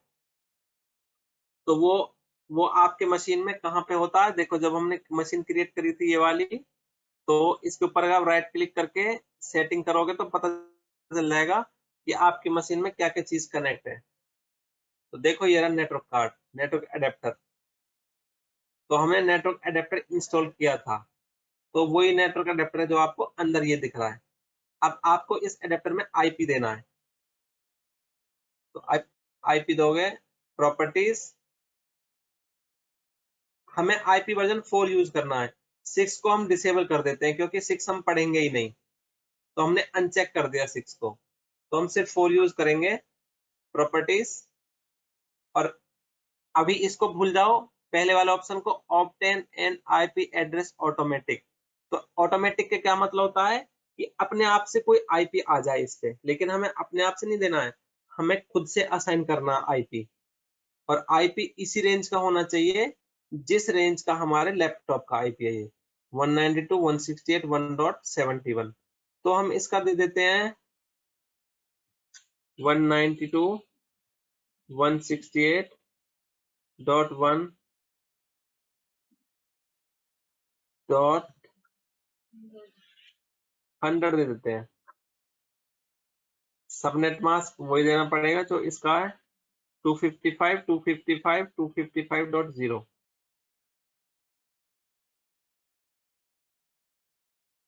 आ गया। Default gateway 192.168.1.254 192.168.1.254। और हम इसको अभी इतना ही ध्यान रखो, अगले डीएनएस क्या होता है ये आपको आगे बताऊंगा मैं। तो ओके, अब इसमें पता चलेगा नेटवर्क से कनेक्ट हुआ या नहीं हुआ।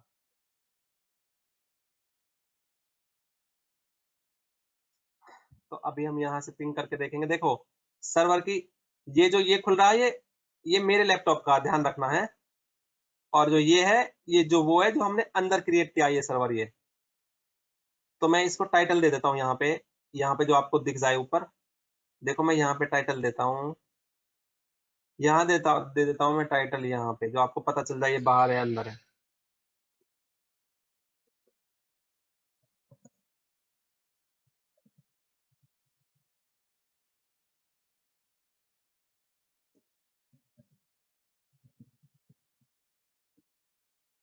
देखो टाइटल आ गया मेरा होस्ट मशीन तो जब मैं यहाँ पे कोई चीज चेक करूं तो समझ लेना मैं अपने लैपटॉप पे हूँ यहाँ से, या फिर इसको लैपटॉप कर दो,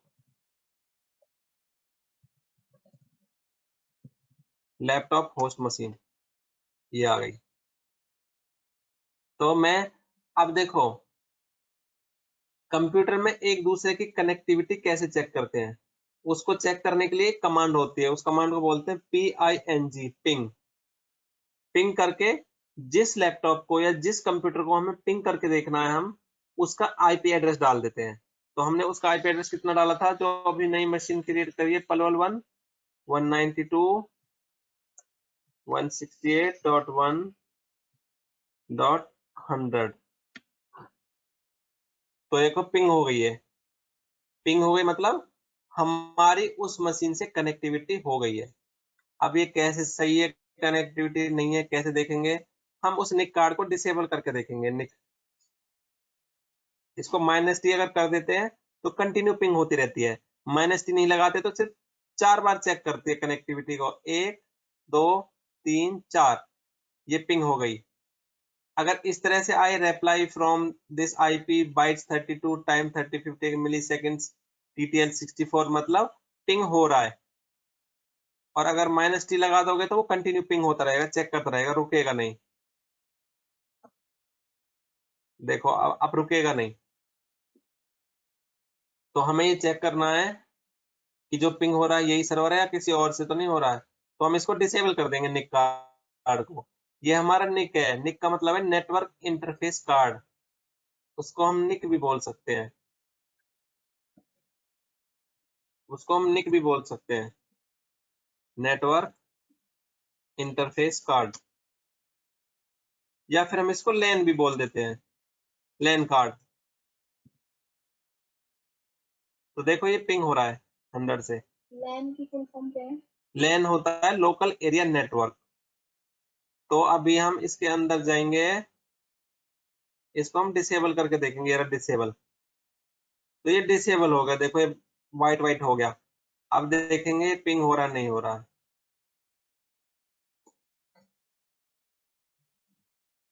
तो इसका मतलब जो 100 आईपी है वो हमारा इसका नहीं है। तो ये आईपी 100 आईपी हमारे किसी और डिवाइस का है इसी नेटवर्क में। तो हम क्या करते हैं, हम आईपी दूसरा लेते हैं।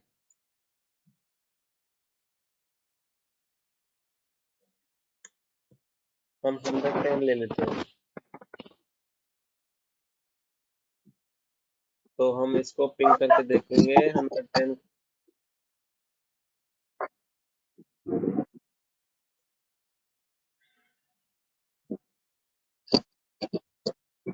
अभी उसे इनेबल नहीं किया ना? हाँ इनेबल नहीं किया इसको हमने इसीलिए नहीं किया। पहले हम आपको दिखा रहे हैं कि जब पिंग नहीं होता तो कैसा रेस्पॉन्स आता है। तो देखो अब रेस्पॉन्स आ रहा है 192.168.1.71 डेस्टिनेशन होस्ट अनरीचेबल, कि वो डेस्टिनेशन होस्ट तक नहीं पहुंच रही है रिक्वेस्ट। तो हम इसको इनेबल करते हैं।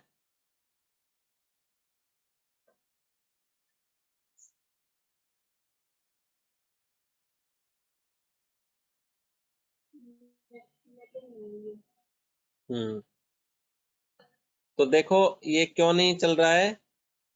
अभी हम अपनी कनेक्टिविटी चेक करते हैं। कनेक्टिविटी मतलब जो हमने यहाँ पे इसका कनेक्टिविटी सेट करी थी, सेटिंग नेटवर्क, मतलब हमने कैसे जोड़ा है अपने इसको।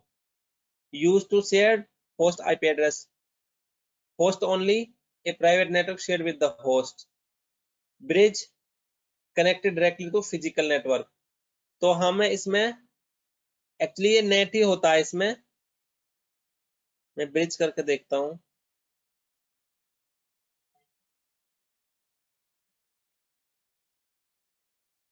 नहीं ब्रिज में नहीं चलेगा ये। अच्छा आ रहा है देखो ब्रिज में। अच्छा उससे पहले हमें इसमें एक चीज और चेक करनी पड़ेगी कनेक्टिविटी के लिए।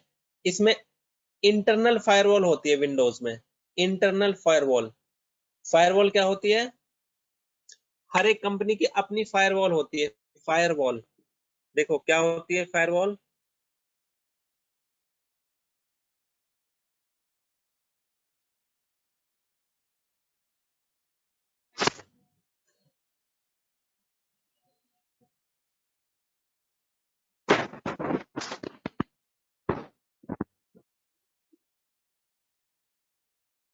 देखो ये फायरवॉल होती है,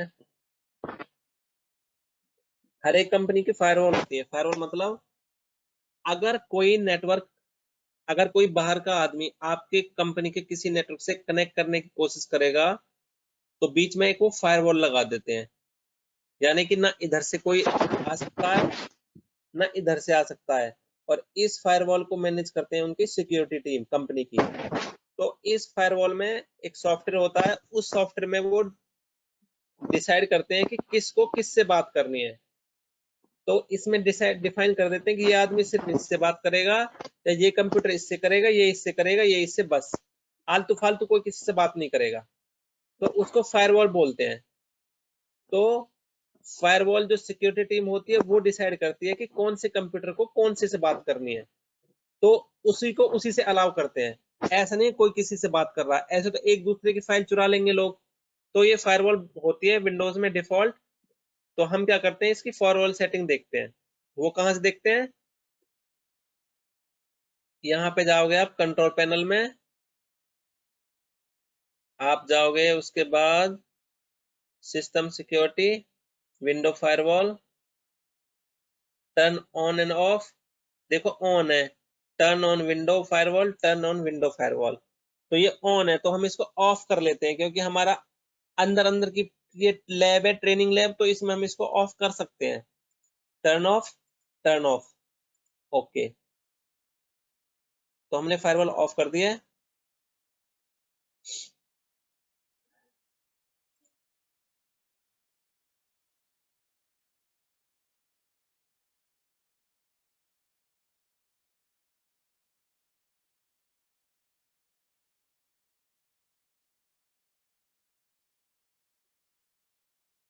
तो देखते हैं अभी।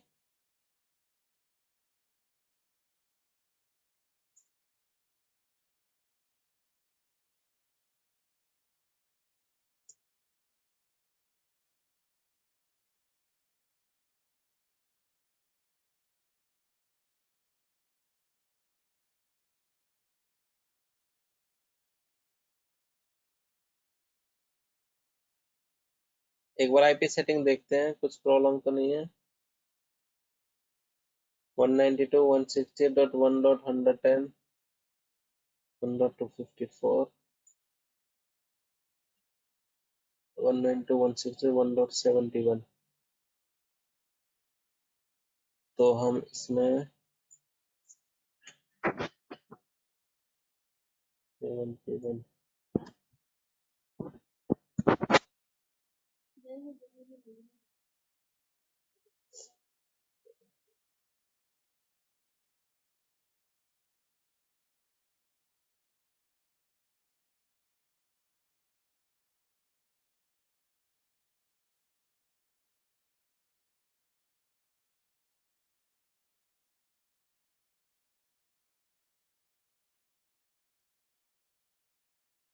किसी को कोई है आइडिया हमें क्या करना है?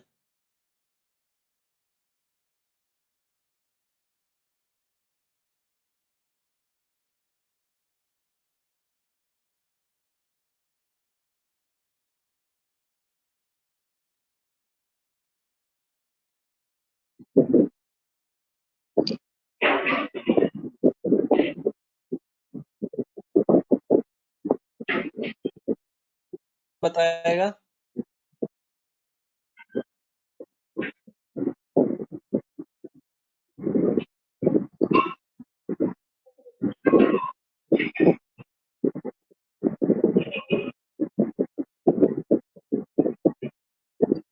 अच्छा, जो बोल नहीं रहा वो म्यूट कर लो please.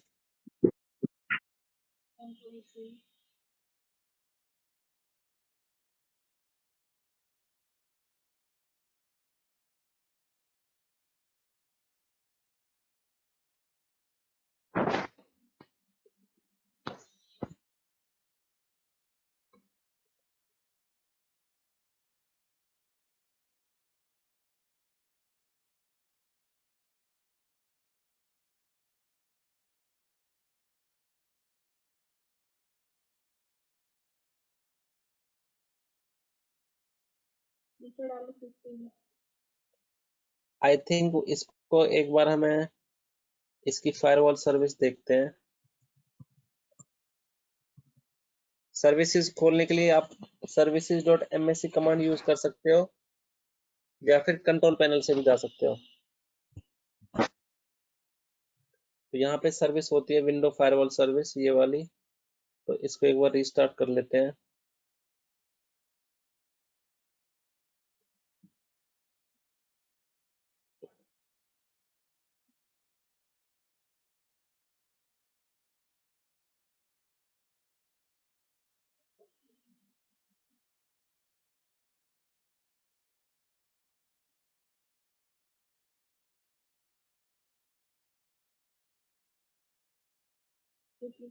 Use to share host IP. ये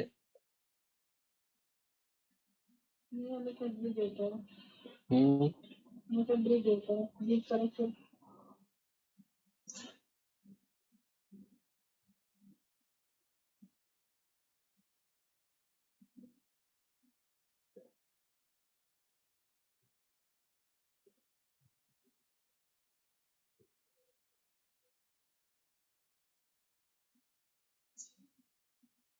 और ब्रिज कर लो।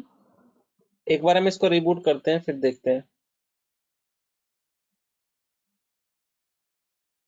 कई बार क्या होता है, जो फायरवॉल की सेटिंग है वो इफेक्ट नहीं लेती है जब तक कि हम रिबूट नहीं करते। तो हमने फायरवॉल सर्विस रिस्टार्ट करके देख लिए हैं, लेकिन फिर भी देखते हैं एक बार, अगर हेल्प होती है तो ठीक है, नहीं तो फिर और कुछ देखेंगे।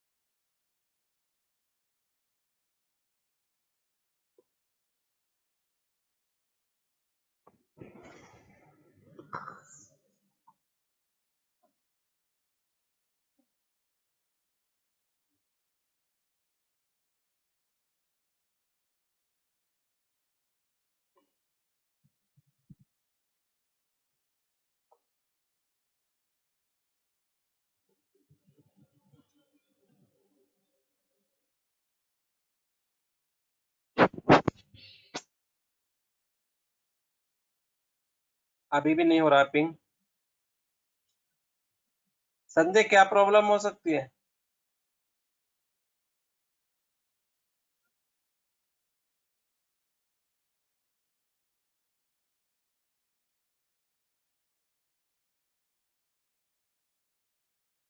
हाँ सर, मैं ये कह रहा था, एक बार जो बेस मशीन है उसका हम्म। गेटवे पिंग करके देखो बेस मशीन का ही।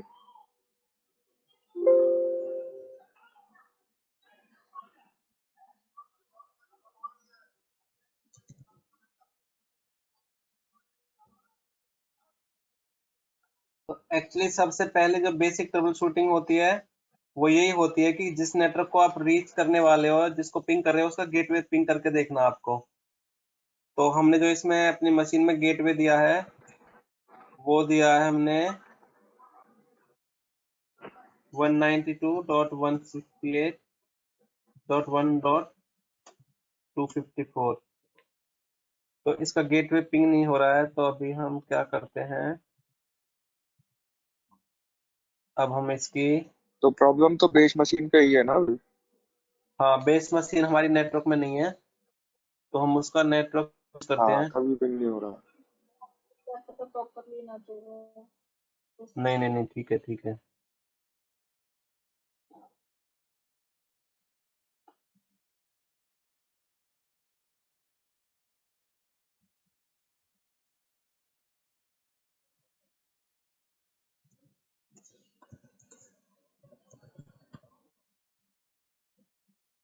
फाइव फाइव 192.168.1.254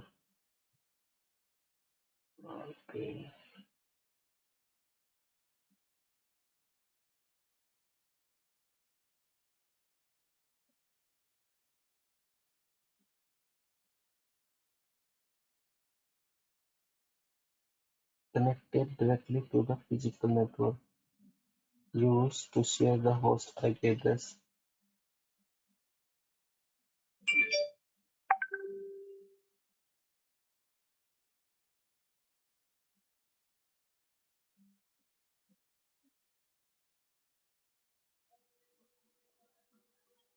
वाईफाई प्रॉपर्ली कर ले रहा है, वाईफाई डिसेबल करके वाईफाई डिसेबल मत करो, कनेक्ट नहीं करेगा।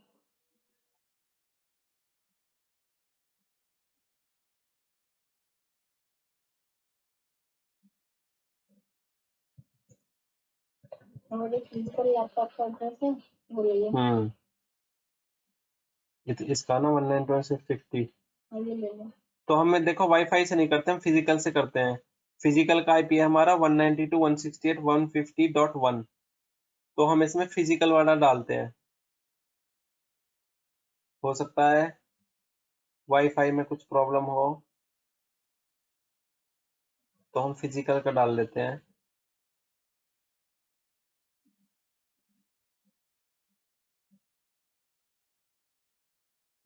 वन 192.168.150.1 192.168.150 डॉट हम इसका 10 डाल देते हैं। Subnet mask 255.255.255.0। ठीक है, गेटवे हम इसका 150.1 ही डाल देते हैं।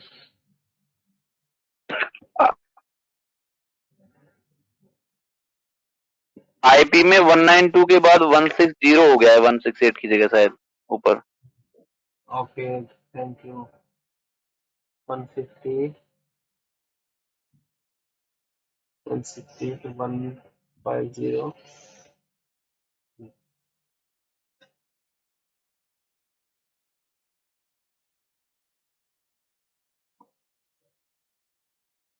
ping 192। अभी शायद नेटवर्क में आ गया है। पिंग 192.168.150.1।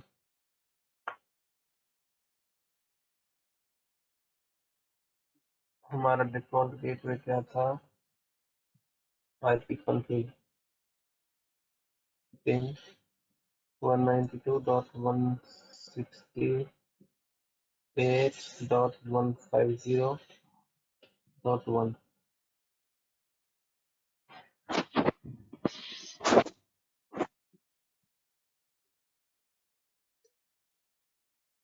255.255.250। मैं लैन कार्ड की कनेक्टिविटी चेक करता हूँ। Ping local host ping 192.168.150.10। लैन कार्ड तो सही है इसका,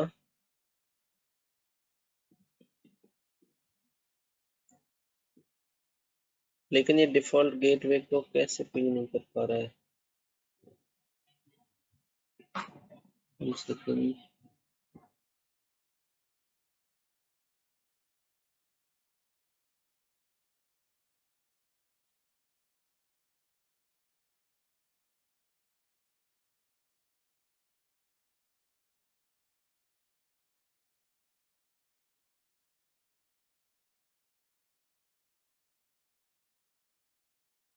हाँ हेलो।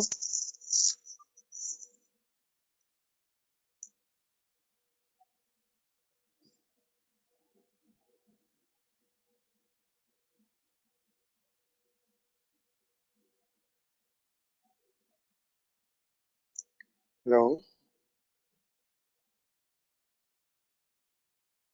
हाँ जी,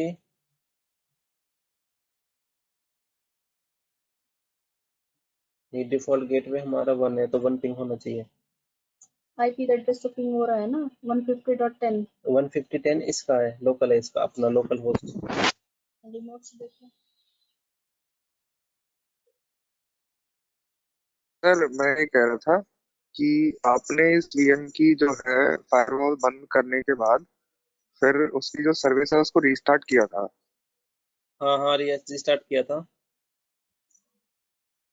तो उसके बाद फिर वो ऑन हो गई होगी मेरे हिसाब से, तो एक नहीं, बार लेकिन चेक हम करो ऑन है ऑफ है फायरवॉल। उसकी कॉन्फ़िगरेशन डिसेबल कर दी ना हमने, तो इसमें क्या होता है, आपने एक बार यहाँ से डिसेबल कर दिया, ये ऑफ है, फायरवॉल नॉट कनेक्टेड, ऑफ, ये ठीक है ऑफ कर दिए ठीक हम, है ठीक है। ऑफ। तो अब सर्विस चले ना चले उससे फर्क नहीं पड़ेगा, लेकिन मुझे देखने दो इसमें, ये या तो मैं क्या करता हूँ, इसमें एक और वो कनेक्ट कर लेता हूँ, मैं अपने इस पे जाके देखता हूँ मेरे जो लोकल सिस्टम पे नेटवर्क्स हैं कौन कौन से हैं। तो मेरे पास है अभी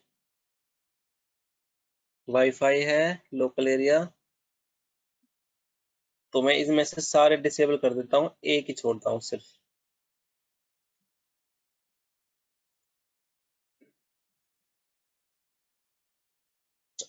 मैंने इसमें एक छोड़ा डिफॉल्ट स्विच, और इसका आईपी है,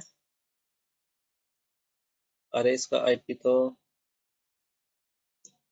दूसरी रेंज का है, तो मैं इसका आईपी चेंज कर लेता हूँ। तो मैं इसका आईपी चेंज करके इससे कनेक्ट कर लेता हूँ।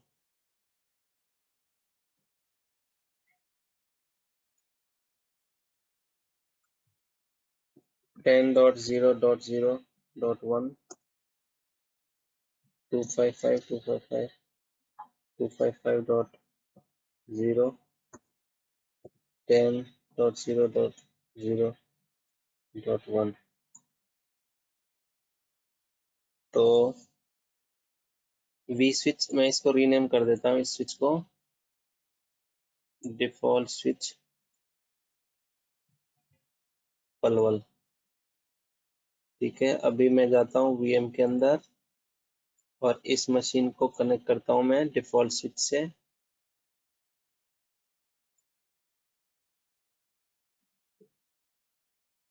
कस्टम पे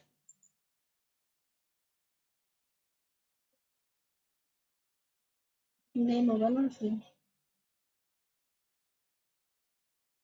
नहीं, यहाँ पे दिखना चाहिए ना, नंबर होगा नंबर।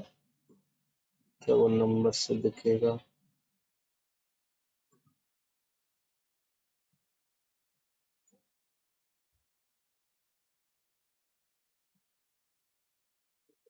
डिटेल्स,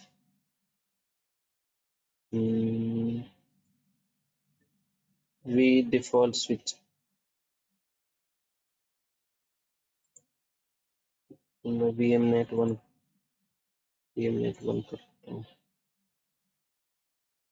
192.168.240 इसका आईपी सिस्टम।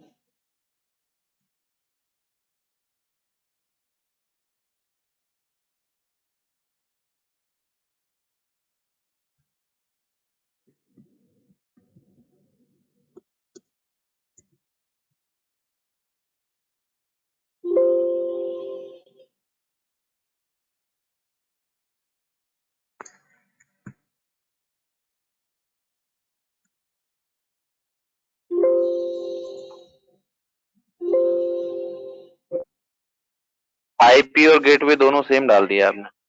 नहीं, वो कह रहा दूसरे अडेप्टर पे ऑलरेडी इंस्टॉल्ड है ये आईपी, तो इस पे हमने किया था, तो इसका हमें चेंज करना पड़ेगा। इस पे भी हमने यही डाला था ना, तो इसको हम 20 कर देते हैं यहाँ पे। अब हम वीएम नेट को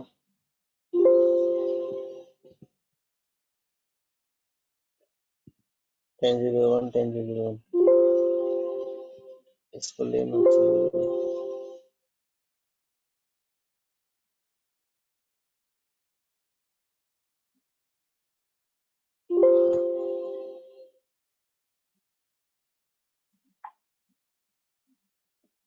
एक सेकंड,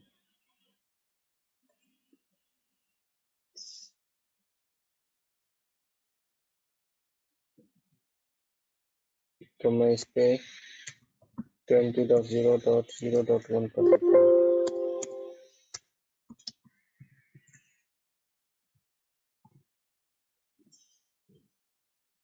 ये है हमारा VMNet1 मशीन पे जाए, यहाँ पे हम VMNet1 किया और यहाँ पे IP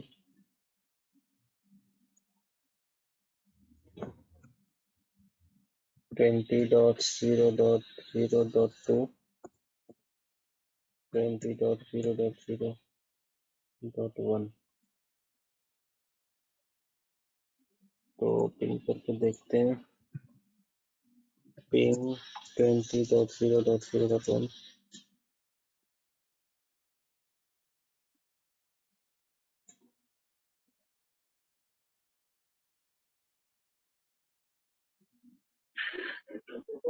दोनों मशीन की आईपी सेम डाल दी है सर। अच्छा 1 डाल दिया मैंने।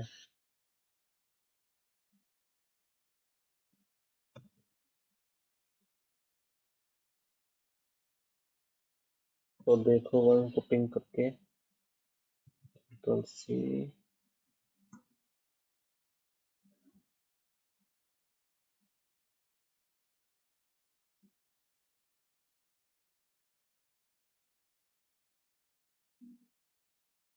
This conference will now be sir जो recorded. नेटवर्क सेटिंग में आपने क्या रखा हुआ है अभी? देखो नेटवर्क सेटिंग में ब्रिज होना चाहिए।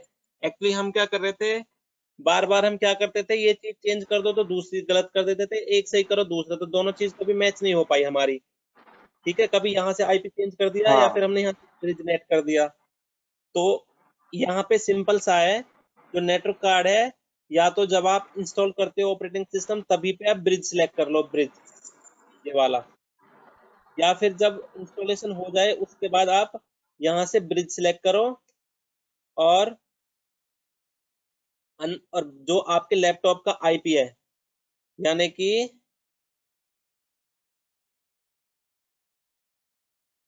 जो आपका वाईफाई आईपी है, जो आपके कंप्यूटर का 192.168.1.71 है, उसी सीरीज का हमने कोई भी आईपी दे दिया। हमने आईपी दिया अंदर 150 उसी सीरीज का, तो हमारे जो नया सर्वर क्रिएट किया उसका आईपी है 150 ये रहा, और जो हमारा लैपटॉप है, जो होस्ट मशीन है, उसका है 1.71 और उसका है 1.150।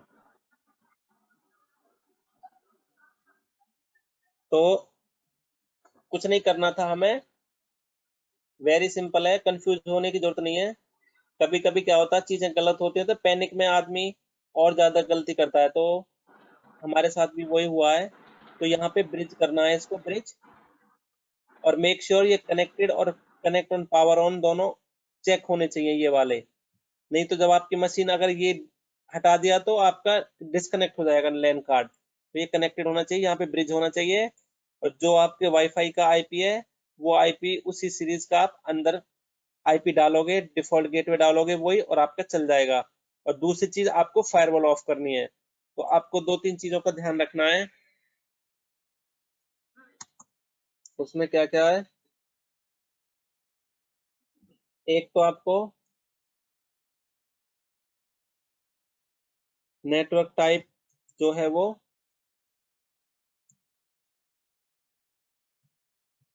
ब्रिज रखना है, और आपको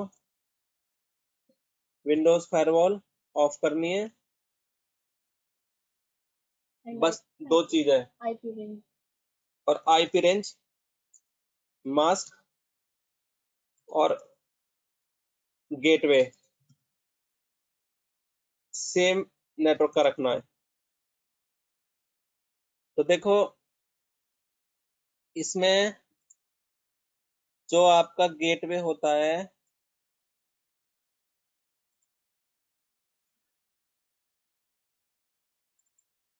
ये आईपी होता है, ये हर एक कंप्यूटर का अलग होता है, ये आईपी कभी मैच नहीं करता।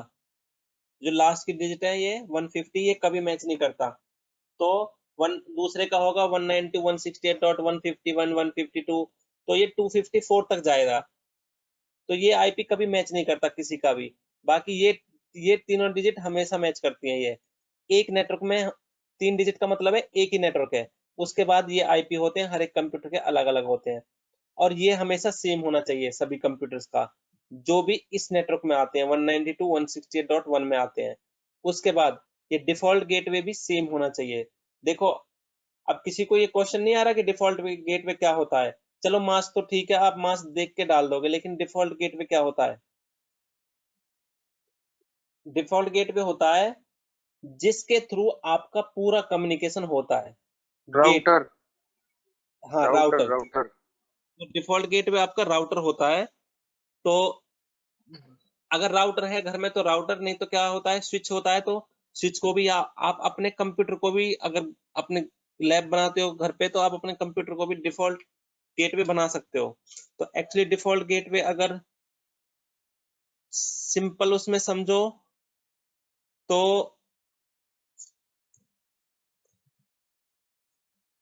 यहाँ पे बताता हूँ।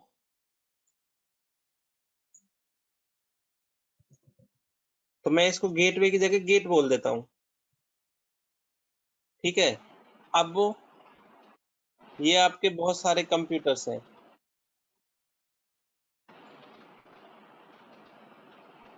और यहाँ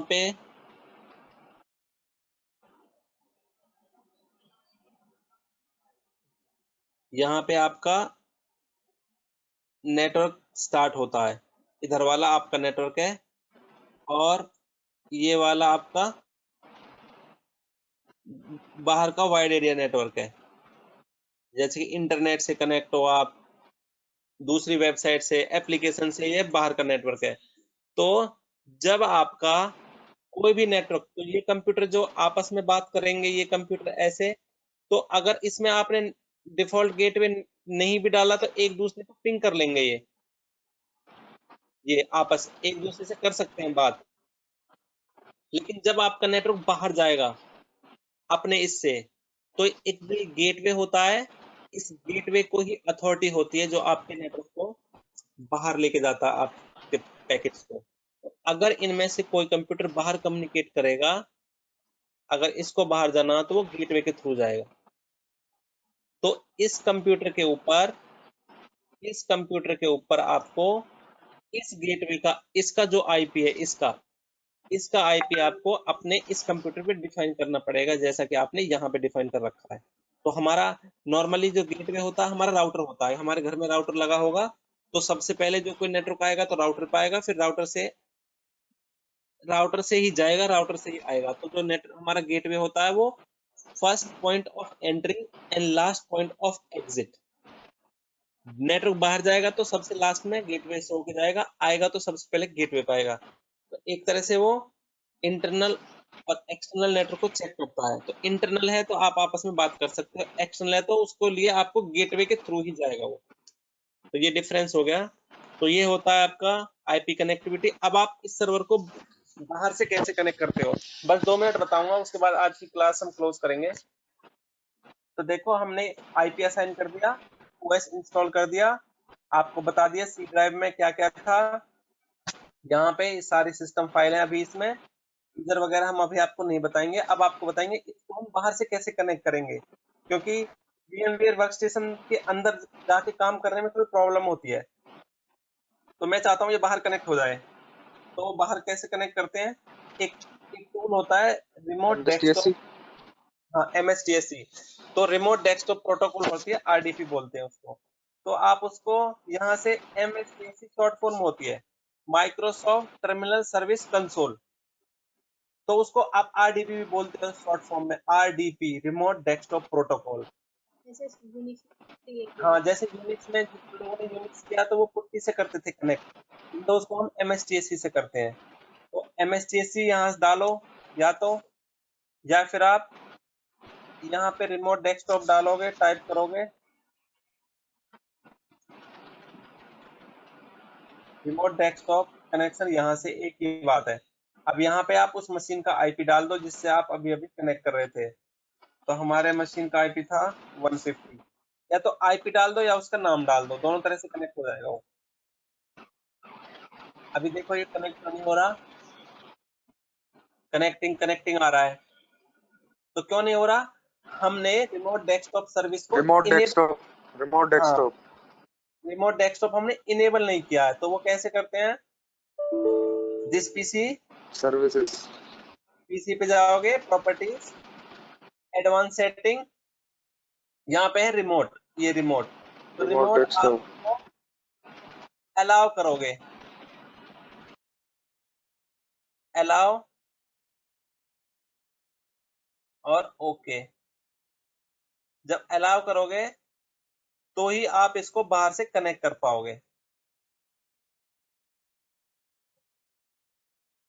ये आ गया। तो यहाँ पे आपको यूजर नेम पासवर्ड पूछेगा। ये कह रहा है these credentials will be used to connect to 192.168.1.150।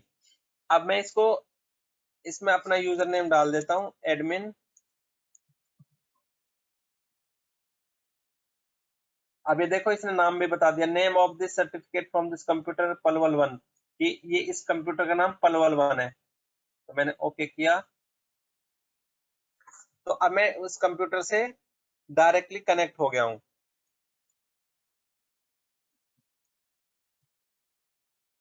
तो ये ऐसे समझो कि आपका सर्वर यूएस में था और आपने अपने घर से उस सर्वर को कनेक्ट कर लिया। आपको उसका आईपी पता होना चाहिए उस सर्वर का, तो आप घर बैठ के उस पर काम कर सकते हो। तो ये आज के लिए मैं इसको इतना ही छोड़ूंगा। अभी अगर किसी को कुछ डाउट्स हो, क्योंकि आज आईपी में थोड़ा टाइम ज्यादा वेस्ट कर दिया हमने, तो किसी को इसमें कुछ डाउट हो तो पूछ सकते हो। और इसकी जो रिकॉर्डिंग है वो रिकॉर्डिंग आपको लिंक दे देंगे हम, आप उस रिकॉर्डिंग को डाउनलोड करके रख लेना, क्योंकि अगर कहीं कोई कंफ्यूजन या डाउट हो तो आप उसको रीप्ले करके देख सकते हो।